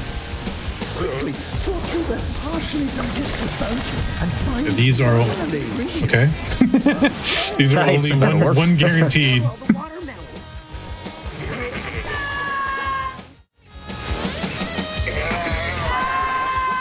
Keep that in mind. We'll see how much luck we have here. So the one guarantee, pretty much out of those 6 locations, only one of those is going to have the food in it that we need. I'm voting this will be on the right. Okay, the same spot. Surely the strawberry also wouldn't spawn in the same one, right? Right. Yeah, and thankfully this tactic where we fall off to end these attacks early is just eminently repeatable throughout the whole fight, because you do get lots of healing items, because it assumes you might have to deal with the goop across the arena. Between that and the combat, and falling off the edge of the stage only takes a sliver of a brain's worth of health. So I was a little late on this. Yeah, as opposed to getting hit by an enemy, which, as you can see, that takes a lot of health. Okay, I'm just not gonna push this guy enough off. that we're just gonna play that safe. Yeah. That's probably a good call. I was a little late on that one because of the puppet attack. Oh, good. Nicely done. Now, With this need senior one last class, I thing. can get to Agent Crawler. Get this main quest going. Need a loose brain for Nick Johnson. Ooh, If you remember Nick, you know, that one guy, we helped him out just a tiny bit earlier. But yeah, he needs a brain. He's our mentor, technically. Yeah. Scanning for fingerprint. Yeah, he's supposed to What help better us brain with the than- mail sorting. Yeah. Granted. Yeah, we're just gonna go grab a random brain out of the brain tumbler. It should be fine, right? We'll dust it off and Yeah, get of back in there. course. Of course. Hey, this one Should we grab one of the backers' brains? probably been. No, We probably just the mystery should. jar. Okay. Did anyone in chat back this game? Can we find your brain?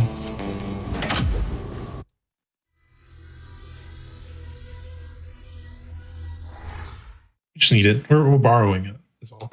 Right. No, that's fine. As long as we ask permission this- and we put it back when we're done. Excuse me, Exactly. Ford. Would you mind if I? This is also the part of the game where it really picks up a lot in terms of how fast we're completing the levels. I like to consider all of this kind of the mid game. So this level and then the next like 3 or 4 levels. These all get completed very, very quickly, and there's a lot of really cool prop flies in these. So this Ford's Follicles, we're just prop flying all the way to the end. Yep, one prop fly to reach the last stage segment and another one up here. Make it to the end. Yeah, and this one is more recent as well, this prop fly here. This one can be tricky because of the way the camera angles in this one. The hair was like making an angle weird. I got like 2 more barrels here. Me when I get a new haircut. Oh, nice. That was really good. Wait a minute. There's also an there you go. invisible Yeah. wall around these rails, so I can't actually like stand on the platform. I have to climb my way up.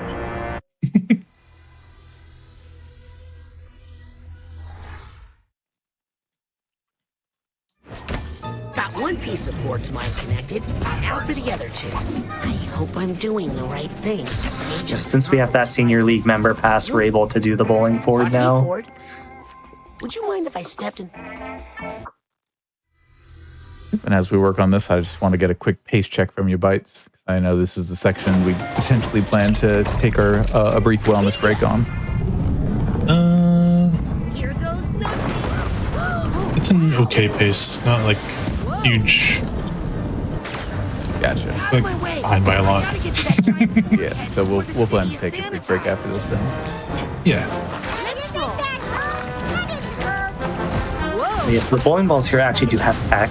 If you hold the side blast down and move with the bowling ball, you move way faster than what you're supposed to be doing. Okay, I'm gonna do something for safety here, so I can guarantee I get this trick down. Sounds good. Usually with the bowling balls here, there's like the green goop on the floor there that kind of like gather on the bowling ball, and it changes like properties of how the bowling ball rolls. Oh, I still didn't get it. That's fine. Gotta remember why I parked. Me out.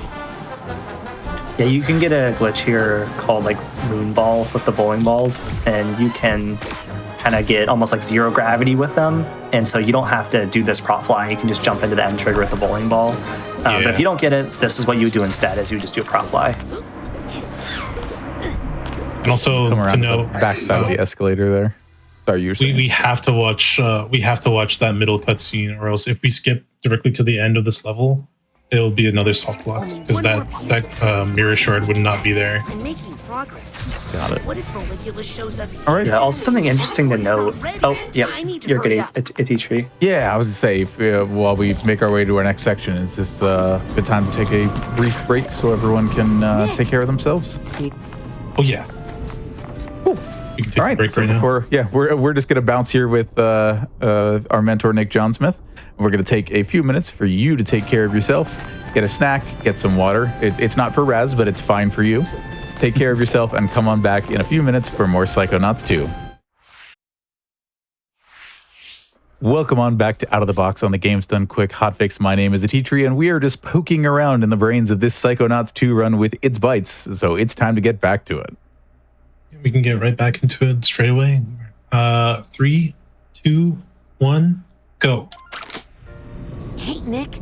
Now we're entering into Nick John Smith's mind of his new brain that we just got. Whoa, whoa, whoa, what the? Somebody's Getting mind. crazy in here. It's in Nick's head, but Wait a second. There we go. I All don't right. want to beat And it. that's how we fight panic attacks. That is the first introduction of a panic attack in this game, as the senses are kind of overloading in this brain. They're not being used after so long. What you saw Bites doing there, he'll be doing that on another panic attack in a moment here, but the panic attack has kind of like a fire attack that he'll try and throw at Raz.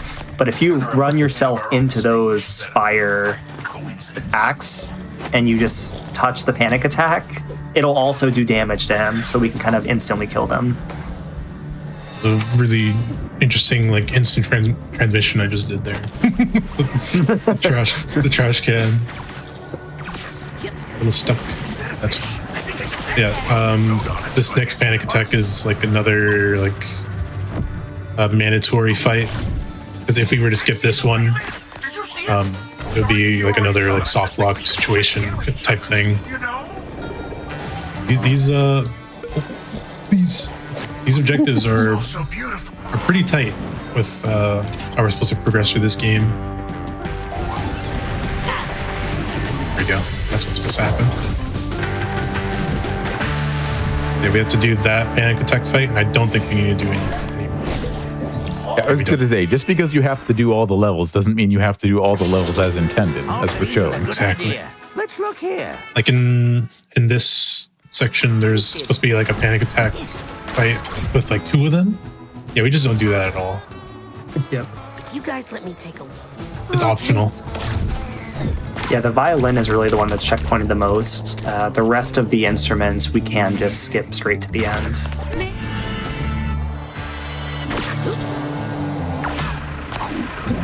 Let's go somewhere. Honestly, like doing the collectathon of this like entire mine is so satisfying. Oh, yeah. Like if you haven't seen 100% of this game yet, I highly recommend watching like, Sin's run of it. I've heard about music festivals like this. This one is Because surprising. gathering all the figments after each area Let me take a look. really, Yeah, Hundo it's is really like- fun like task. Yeah, Hundo is like easily one of my favorite categories because we have to get all the figments, all the nuggets of wisdom, all the baggage. So some of these levels have like, 250, 260 figments. It's very cool to watch the routing, getting all of those. Yeah, that's exactly what I was going to get at, where like this is the run that's about doing the fundamental movement and understanding how to get through each level. And once you turn it into the 100% run, then you have to get into the nitty-gritty of routing, flying your way through each level, and that's its own very cool challenge. Yeah, and it's Yeah. sick as well, just the memorization of the routing, because we get everything without like a map or anything like that. So just memorizing where every single figment is in the game and just the routing, it's very impressive to watch. So I would highly recommend watching some of those runs. I'll have to revisit it like someday. Excuse me. Would you mind if Mind. Now that we got that done, we got mail aboard here. Those sorts of mail inside of his mind. By some I mean just one little letter. True. There is one letter in all of this correspondence that is particularly important to Ford and to everyone else in the Psychonauts, as it turns out. Thankfully, This, there's another mandatory section we have to get. This cutscene here. Otherwise, again, soft lock central. Okay. Get that cutscene out, and then we'll be able to send this letter out the board. I know this one, checkpointing wise, makes a lot more sense as well, because the letter won't really be there if you manage to get over here sooner. Where is it? I think Also, I didn't get the cutscene that's supposed to play here, which is like really Oh, rare. nice. We don't know how to like not make it play on purpose. It just kind of happens.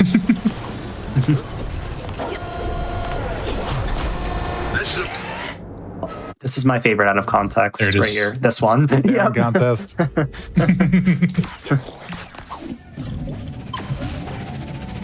Okay, now that we got all the shards of Ford's mind together, it's kind of like the graveyard of all those put together. Oh, It's like his deepest any of them. memories. We're gonna go straight to the Strike City Ford Yep. and Yeah, kind of your- ignore your- this Your deep fall down auto memories can be dangerous, but they're probably not full of sharks like Fords are. Here I'm gonna do a bit of tech called Picky Wall Jumps, where I'm using Psy Blast once again to redirect back into the wall and wall jump straight again. Coming like in a very large invisible wall. Sorry. No, It's very scary. I understand. I would have been scared too if I hadn't seen it a week or two ago. Hopefully no one got scared from that in the chat. Yeah, sorry about that. I know we provided the emetophobia warning, and again, I forgot to tell people when the emetophobia warning was over. It's been over for a little bit. You can look back, I promise. It's caught up since the break. I hope I didn't lose him in the wood. Now we've passed the questionable area into this new Green Needle Gulch area. Back to where it all began. First, Psychic 6. I guess, is it like hideout headquarters? Yeah, like they were literally doing this is all very 1960s coded in that this is like a hippie commune sort of thing, but they literally were experimenting with the limits of what you could do with psychic powers. Yeah, I believe this is where they were formed as Offline well, on like where the group got pillows. formed itself. Yeah. Here's Bob. He's a gardener in this greenhouse. Kind of just isolated himself in this area. Which, anybody who especially was has studied the culture of that era might know that a psychonaut was actually a term for somebody who would explore their consciousness, often using mind-altering substances. So the way they get you to introduce how the Psychic 7 originally formed the whole idea of the Green Needle Gulch is kind of merging the idea of this game's version of Psychonauts with the real-life version. Ahoy there! Here, I have to watch that whole string of cutscenes as well to avoid another soft block situation. And hopefully get this profile going. It's looking like a good start so far. And we're clear. Color grading change. Nice, yeah. First Yeah. This is probably the hardest prop fly in this game. There's a lot of invisible barriers and walls here that you can run into. Yeah, they're very tall in this level, especially because of the changing gravity mechanic that they kind of introduce in this, similar to Mario Galaxy and games that do that. Ouch. Now this is another RNG factor of the game, the bad mood, where we kind of just wait here and If I could just see let them open up whenever they're ready. Here we go. They're ready. Use clairvoyance to look at the source. This bad mood. Maybe I can get rid of There it. we go. Yeah, for some of the bad moods, the source is always in the same spot, but there are a couple later where they could be in a couple different spots, which adds a little bit of variability. Yeah. I think there's about 3 or 4 bad moods with random spots and another 3 with guaranteed spawns. There we go. Here we got another little slow walking situation that I can kind of speed up sometimes with levitation, as whenever I'm in a falling state, I'm able to use my abilities. Because I can't use them while I'm walking with the bulb bulb. Yep. But of course, because of how narrow these platforms are and where you're doing your platforming, when you're falling, you're also typically falling off of a ledge. So the margins on doing that kind of movement here are pretty narrow. And there's another bad mood just gone. Again, using... Yeah, we can manipulate that spawn. Yeah, using camera and res positioning, standing in the center spawns that bad mood inside the water because it has nowhere else to go, as it shouldn't be able to spawn near res like that. It also plays into the order of the levels that we play in this mid game. We were given a choice to either go towards the bee path or the plant path, and we opted into just doing the plant path because it is, for one, faster, and for two, there's an enemy that we'll be introduced to in the B side that is very annoying and ruins that last fight that we just went through. Yeah, if we did Cassie's collection first, those enemies would show up in this area, and vice versa. Yeah, it's nice because this level doesn't introduce any new enemies outside of bad moods. The bad mood. Right. Yep. And those, I believe, don't show up in Cassie's collection at all, the bad moods. That's true. I think. Yeah, now that I think about it, do the bad moods not show up? Yeah. Yeah. I said vice versa as a matter of course, because that's how game design usually works. And the more I was thinking about it, I'm like, wait, they'll correct me if I'm wrong, right? Alright, my favorite. Nice, we got the hands up glitch. Wee. Wee. I'm just gonna, for full points, I'm just gonna get all the figments here because it doesn't really slow me down. Yeah.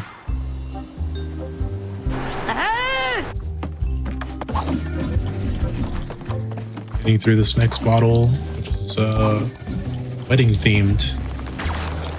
Lots of Very nice job cake. keeping the momentum across all of the small platforms there. That is a really tight jump to do because it's a broken bottle in the middle of the water, and I have to land on the very top of it, and be able to do the rest of that jump there.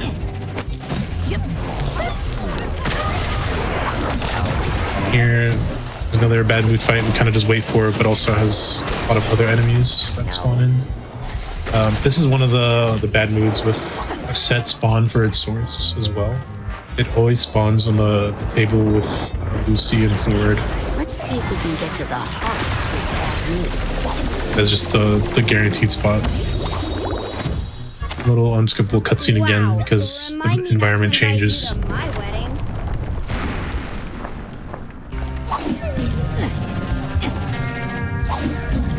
Hopefully, I've already given Bob. I'll be able to do this time. I'm gonna use this fan as there's no hitboxes. Yes!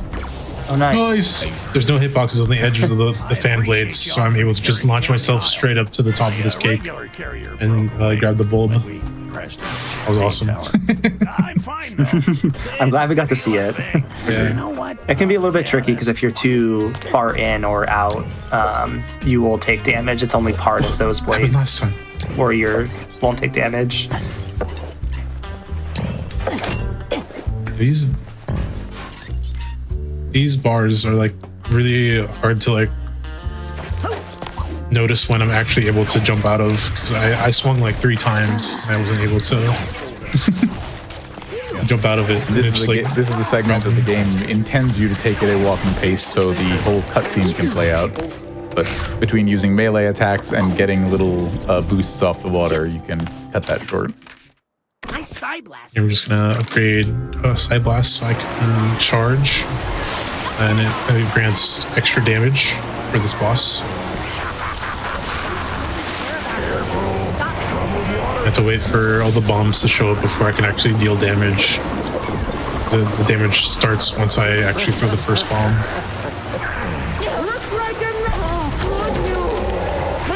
Now it's just it's between all 3 of the heads. Yeah, for a lot of the damage on this boss, you do have to wait a second or 2 before you can start damaging them because they are invulnerable while they're kind of spawning. And this one is just another waiting game of this bad mood, as well as just kind of dealing with the waves of these sensors.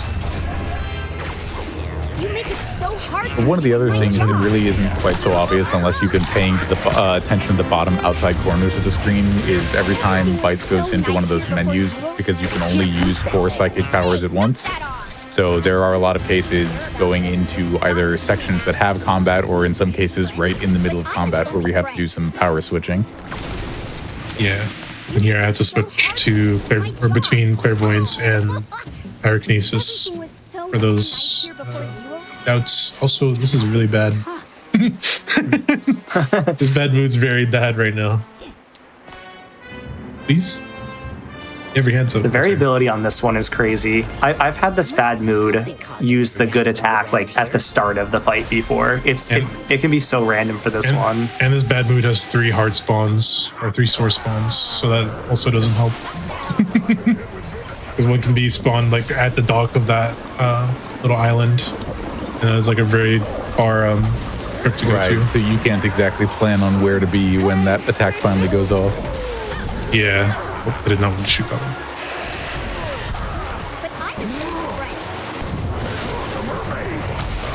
So fun detail of the moth here.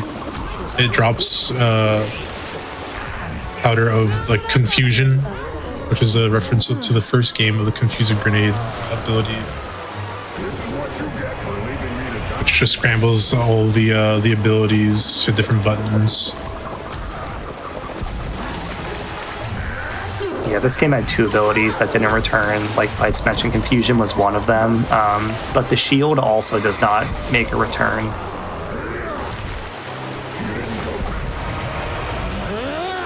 Only through the enablers.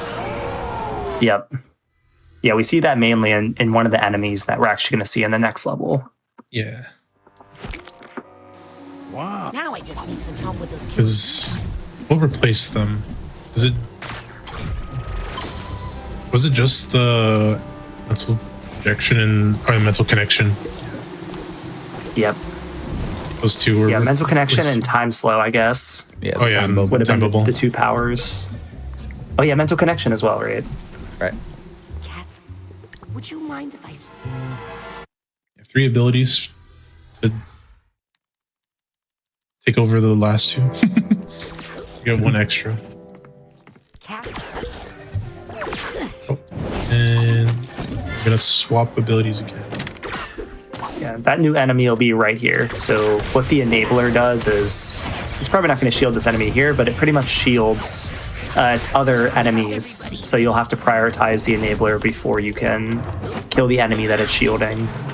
Yeah. And so that's the enemy that would show up in Bob's bottles if we would have done this first. Yeah, if we did this first and then went into Bob's bottles, that bad mood would spawn in instantly, and then the enablers would be in rotation with that one fight. Your mind's eye on. That would be a very bad time. Oh, look at him go. Right now. So limbo. That's the Got our little archetype here. Paper Raz. See where this little fellow takes you. I'll meet you at the end. And then I'll tell you my plan. Something interesting though for routing, now just thinking about 100%, I believe in Hundo we do actually do Cassie's first. And we do get the enablers because we need the projection to get a challenge marker in one of the levels. Yeah. So if you'd like to see that opposite way, there is a category where we actually do these reversed.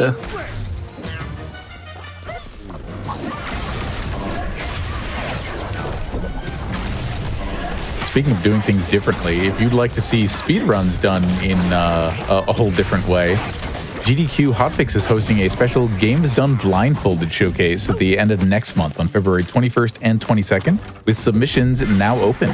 If you'd like to take part, you can type !GDB in chat for more details on that one, or you can just join us on the 21st and 22nd to see the fun.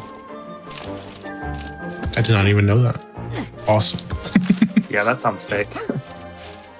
Also, We're seeing that Majora's Mask blindfolded, like that's Yeah. that stuff is always so hype. Yeah, the scope of the challenges that people will put themselves in to come up with like new blindfolded runs or new runs using unusual controllers is just really inspiring. right. Yeah, we're using Whoa, my frames. Okay. That usually happens here. A lot of stuff going on. A lot of moving parts.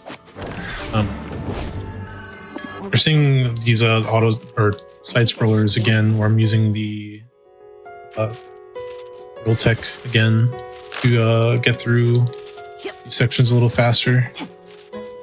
You see this for the majority of this level, and kind of ignoring some of the alternate routing. Like this. This is actually the end of this little comic, but we're going through that end door, and that's the only door that has an end to it that you can like enter and exit from. Otherwise, we're just going through the entrance and then like would have to Coming out somewhere go else, all the way yeah. back. But for these ones, I'll be exiting the menu, and it puts me right back to the entrance door rather than having to make the trip back. Just making sure that you get the autosave. Just one more piece of evidence to find. Just prop flying across the way. I also do this thing where I prop fly not straight at the door, but like to initiate that kind of battle. Because there are cases where prop flying straight to the door won't get you this autosave in particular for some reason. Yep. And I just do that for safety, just in case like there's some other reason. Yeah, I've noticed the fight music plays as well, like when you soft lock during that, instead of like the music that's supposed to be there for the book. Also here, I'm upgrading before I enter the boss fight, because for some reason, Light of Hand and its cooldown is like 2 times faster. Yeah, like it where I'm doesn't just apply. literally just wailing at properly. the librarian here. Also here, I'm going to be using the archetype, kind of go through that cage. But I also had to put him away because going into the next like phase to use him again. Oh, I ran out of props to Yeah, want to throw. make sure he's off cooldown, and we want to set up to get an item in the ring for the next phase to do a bunch of damage up front. So here I'm going to be taking him away, because he'll also just be in cooldown, but it's going to take like twice as long for him to come back, because this phase goes by very fast. That is the librarian, where we use the ruler against her, and also like all the crumpled up pages. You know, we do that section so quickly with the ruler that we have to like actually stand there and wait for the projection to fully recharge. I'm ready. All right. Also for the circus phobia is coming up here. The circus. Fine, you're not going to the circus. You don't need to deal with the clowns or anything else. Yeah, you don't have to deal with the fleas. True. That you do have to listen to this music though, so sorry about that if it's not your thing or if it brings back bad memories. Yeah, this whole section's supposed to be like an homage to the first game. The last level in the first game, notoriously, the Meat Circus, plays this same music, and it's a very difficult platforming level. It's also very stressful because it's like Speaking of mental connections. a lot of water. A lot of water involved with Raz, also like, hydrophobic. Yep, old family curse that all of the Aquatos are doomed to die in water, and this game finally gives you the reason why. Also, I had a funny bit in my head during like the GDQ run where I just like not even jump at all on that ladder and just kind of climb it slow. Just to also shout out Metal Gear, that was before that. I thought it would have been a funny bit, but I was like, okay, I'm just gonna run.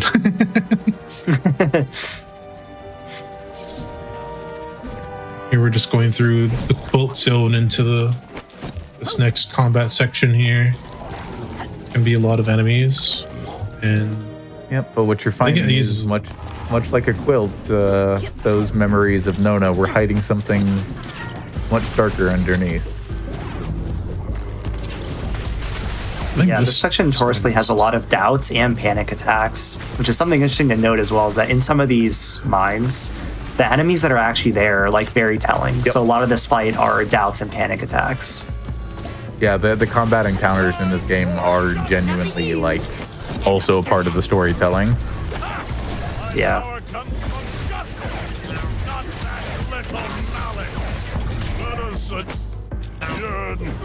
This fight also has a lot of spawn manipulation. Yeah, this fight also has a lot of spawn manipulation to make sure we're getting one of the bigger sensors in the right spots. You'll see Bite's doing that right here.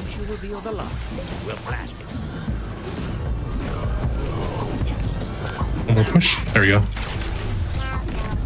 And I have the choice to either like push him away, or if he spawns in the wrong place that I try to put him towards, then he can do his like charge forward attack instead. This is a nice bad mood rather than the last one. That one has 2 different spawn points, but that one opened up a lot faster, which I'm kind of happy. Yeah, I noticed with that bad mood specifically, that one always seems to open up either in the last few enemies or right when the last enemy dies. I feel like that one isn't as random as it seems. Be surprised. I need to go in. This is a major plot. Hopefully not This a isn't familiar Truman's face mind. into this. We're inside Truman's mind, but that didn't look like Truman. Can we? Okay. And our favorite ride. Woohoo! Everyone get your dance emotes out.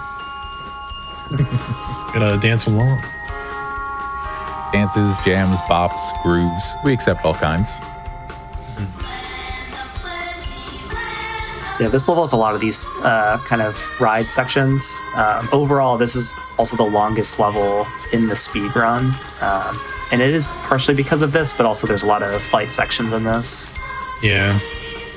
I think it really does mainly come from the combat, but it doesn't help that there's filler auto scrollers between each one. Like these are like a minute and a half, minute 40 auto scrollers, and then we get combat, which go a lot faster. Yeah, and these would be nice to skip, but as you can tell, these are kind of like more in-engine sequences. They weren't ever intended to kind of be like a cutscene type thing. Yeah. So we aren't able to skip them. There have been like attempts to skip the egg rides, but we haven't been able to get out of each like area because they're all like loaded in separate like load zones, even though they're like portaled all together kind of thing. Because the main, like, I guess not really gimmick, but the main mechanic of what they like built in the game are all these portal systems that go through the level, so it's like seamless. Like that door over there that I'm looking at, it's just a portal to another area that's not like in this area. It's like a really interesting thing that they like built around. Just when I thought I'd heard every word. Like, Yeah, I know most in of our the things are, attempts like, to skip. deloaded. Yeah, and I know in our attempts to skip this level as well, I believe these ride sections that they have a checkpoint, like they actually check to make sure that Raz enters this seat for each of these sections. So Yeah. it's pretty difficult to break if it's even possible. Like if there's a way to like get into the ride and then immediately jump off and then like somehow make your way to the next area, that would be like a really cool glitch to find. Yeah. Yeah, that's really the only way we'd be able to skip it, is for the game to think that we're in the ride. Here's water.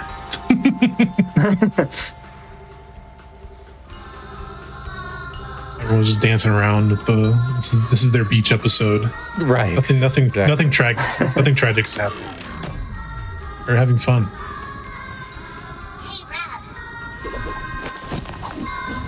And now we're just going to use mental connection to skip a lot of platforming. Okay. Did that fix the problem? Flip that switch and start this combat phase here, where I'm just going to throw a lot of rocks at everyone. Yeah, as it turns out, those snowbanks are actually just full of infinite rocks.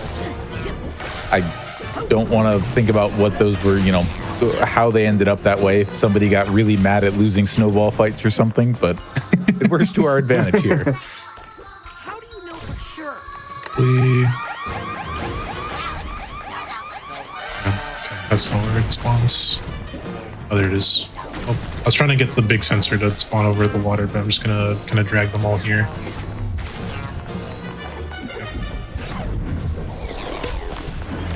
Yeah, so just like before in Bob's Bottles, Bites is using this pool of water to like mental connection, like some of the stronger enemies, so he doesn't have to worry about fighting them.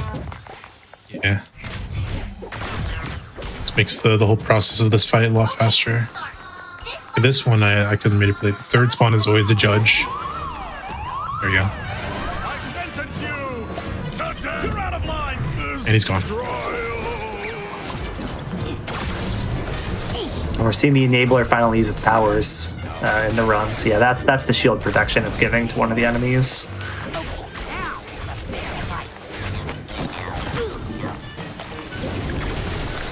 So making sure that a lot of the enemies stand in the doubts queue, because fire spread from like an already queued source for some reason is like almost insta kill for most of these enemies.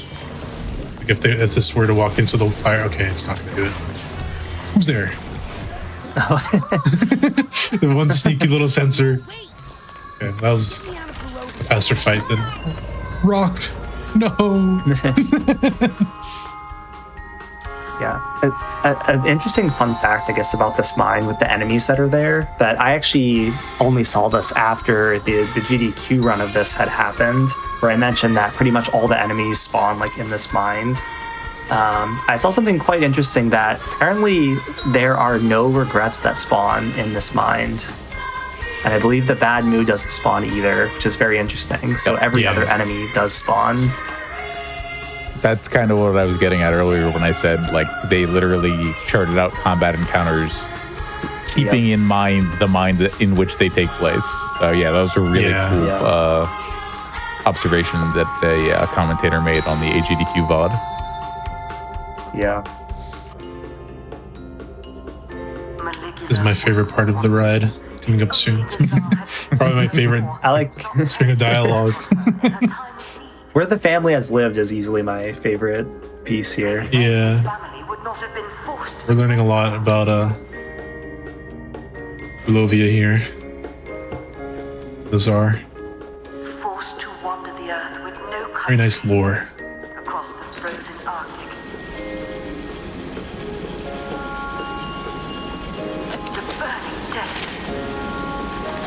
Arctic and the desert.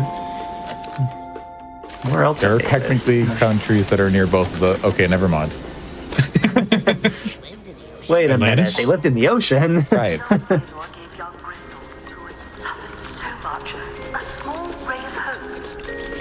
Those chandelier hats must be heavy. Yeah, they have really strong necks. Which is impressive given their character designs, where the head is significantly larger than the neck. Yeah. Meligula. Big grandma. By the way. It's true. Yep, we're learning the lore of the overarching Psychonauts plot, going all the way back to before Psychonauts 1. And hey, if you'd like to learn more about the Games Done Quick lore, you can join the official Games Done Quick Discord. You can add the Hotfix Enjoyer role to stay in the loop on upcoming events, chat with staff, and a lot more. You can use !Discord in the Twitch chat for an invite and more information. Can we alter the props? Those trees are ruining it. Interesting thing about this dialogue tree, that if I hold B or circle here, there's just like an infinite, like, hold to skip. You just loop through a couple of things. There.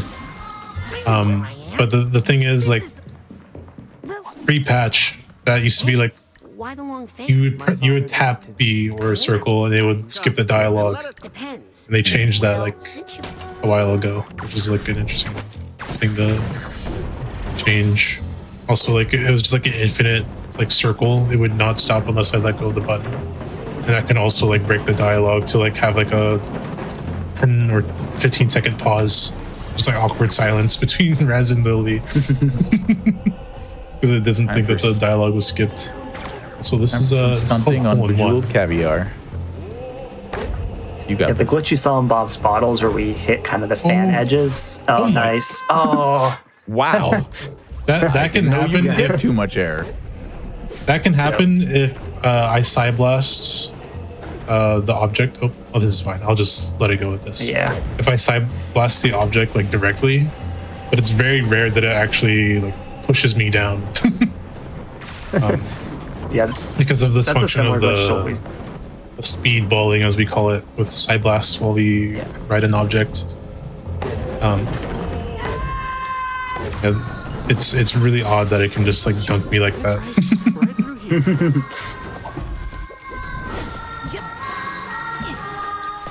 This is it. Ready to roll. Finally. But we got through it. All good. There's also like a weird thing about like that last thing of like inserting the egg into that trophy room. If you go too fast in that room, you can like glitch out and like get soft locked outside of it because of the portal system.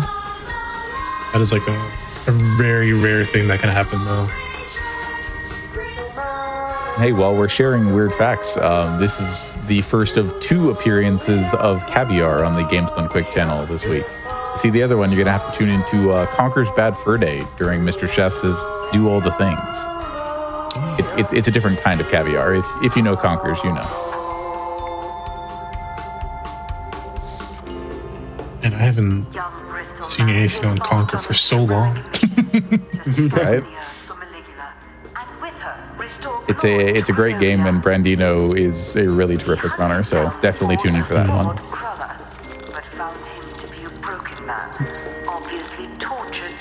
Here's the camp from the first game. You can see figments of the original. Hey, Dogen. Little campers. Dogen. Yeah, I'm glad they kind of have a remade camp in this. If you actually check out the like the Psych Odyssey, I believe when they were initially doing initial mesh and like leveling for this game, they actually remade the camp from the first game. I know there's a small clip in there where they show the camp like in the Psychonauts 2 graphics when they were doing initial like level testing. So I always thought that was really cool. I need to see that build. Yeah.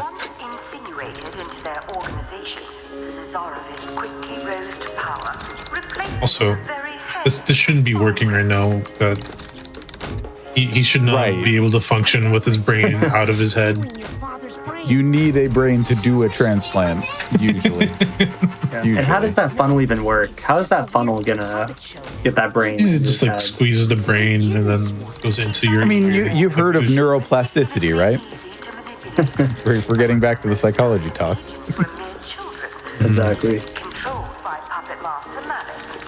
I wish this was like a costume of being puppet Raz. Right.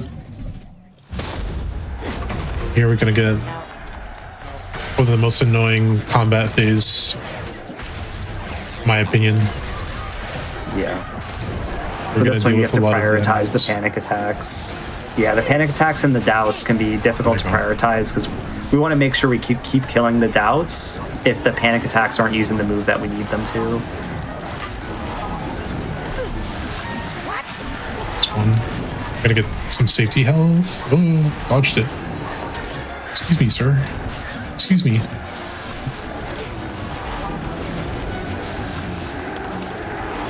Okay, it's not gonna do the thing.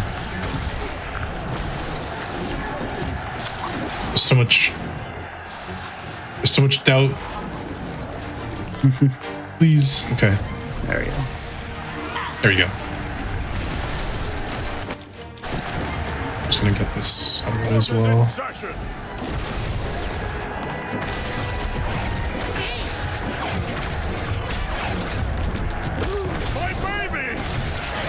Alright. Not the worst, but the panic attacks could have been a little nicer. I just want to find that cart. Here, we're just going to ignore a lot of these mental connections and just go up this pipeline here. Or As is There's often no, the case, like- the game tries to suggest how you should move, and we're just like, no, we know a better route. Stuff off the ride and yeah, we're just playing around with gravity at that point. get out of this creepy place. For some reason, the death planes just aren't active until you've changed your gravity there. So like, I could just run along that entire post and then still not like find any death planes until like I swap it to the main platform. Also, I still find it really impressive that Elijah Wood can just like sing that on purpose. Yeah, sing in a put-on voice poorly, despite the fact that Elijah Wood, as I recall from Lord of the Rings interviews, actually has a quite good singing voice. So, yeah, singing badly in a character voice on purpose is a talent that isn't asked of most people, but is quite impressive when you think about it. Yeah. Also, anyone want anything from the gift shop there? Got like cups and Truman. The people hated them. A lot of Truman dolls. There's actually a Nona doll as well, but there's only one that's like sitting on the shelf. Yeah. And it's still in the box as well.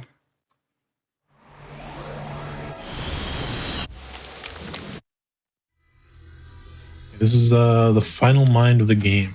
This is a lot faster than I thought it would be. Remembering like Is Maligula doing what that? could have Of course she's doing that. gone down. Yep. Getting Might be late to this. Try always helps. That was late to that. Yeah, that was like... Yeah, there's like a cycle that Bites was trying to get here with that, I guess, like little hurricane. And where, yeah, pretty much that happens. Like, it just skips you to the end of the section if you jump into it. And normally if you go over that log, there would be a whole cutscene of the last, like, shop that you can, like, get upgrades on, or, like, pins, which are, like, the passives that you can get in this game casually. There's a scene I was hoping not to see again. You just skip that entirely and get to the next section. I'm not And here is Maligula as a water tornado. What I'm going to be doing for this fight is every phase allows me to kind of shoot her down to a damage cap. And I'm also just going to be time bubbling her, so it kind of delays all of those snake attacks you see here. I kind of mess it up, but that's fine.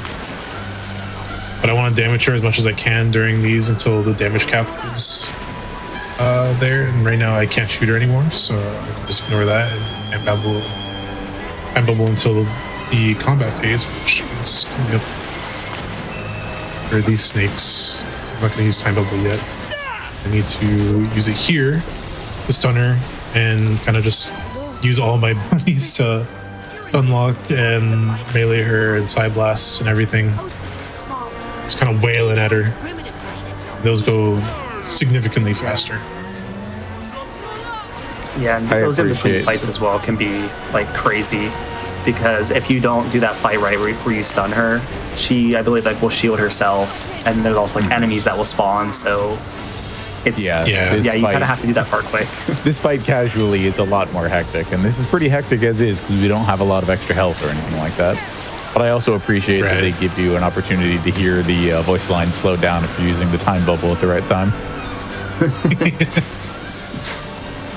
I love time bubbling like any character and then forcing a dialogue and then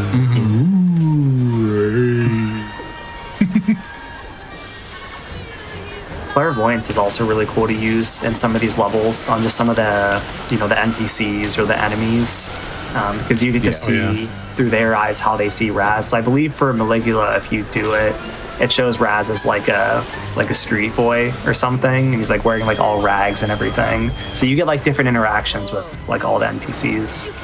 Yeah. It's not your fault. Ford's experiments opened the door and let it out of the lower brain.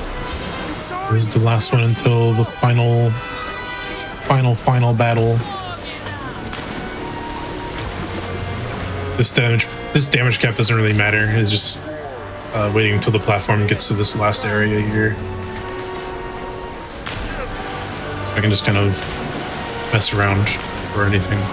That time will be coming up soon once I punch her down off this cliff here. Alright, I'm not getting stun locked this time, so I'm happy that I'm not crazy. Yeah, messing up this fight can like just cost so much time because you have to worry about her attacks, but Bite should have it right here. Alright, and time. GG's. GG. Sub 130 RTA, not too bad. Yeah, just barely over 128. So now you're an official Psychonaut. We're no longer an intern after all. That we did have to do a lot to get promoted from intern, I will say. I mean, to be fair, this all happened in the course of 3 days. We got made into a field Psychonaut, busted back down to intern, and made a proper Psychonaut again in 72 hours. So true. Friends. They go Anything through so else much. you'd like to let us know? Where can we find you? Yeah, you can find me on Twitch, twitch.tv/itsbytes, ITZBYTEZ. Don't forget the Z's.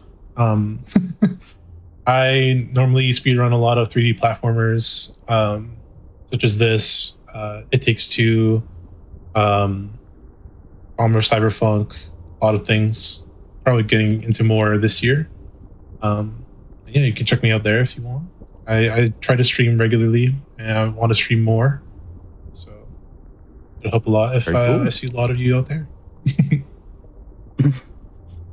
Definitely drop a follow. And Sin, how about yourself? Yeah, kind of also in the same boat. I'm also a 3D platformer, speedrunner. I primarily do a lot of PlayStation stuff, so like Ratchet, Spyro, Sly. That's kind of my whole thing. If you want to look me up, I'm at twitch.tv/sin_SR, or if you just type in Sin, I'm the first guy that comes up for that. I also speedrun this game. I have Bytes currently has record in 90%, and I have record in the other categories. So sometimes I'll also be dabbling in this. Very cool. Yeah, before we go for the evening, I just want to also give a special shout out, as you may have, if you've been watching the channel, noticed specials from a lot of our other associated groups, like the Frame Fatales, the LATAM and AAPI communities, and especially Back to Black. If you continue watching us here on the channel, you should tune in February 5th to 8th for Back to Black, a 4-day speedrun marathon featuring Black speedrunners benefiting Race Forward. You can use !schedule in the Twitch chat to check out the event, or visit gdq.gg/BAF to learn more about their community. But don't go anywhere. There's lots more of fun speedruns with little guys on Creature Corner right after the break.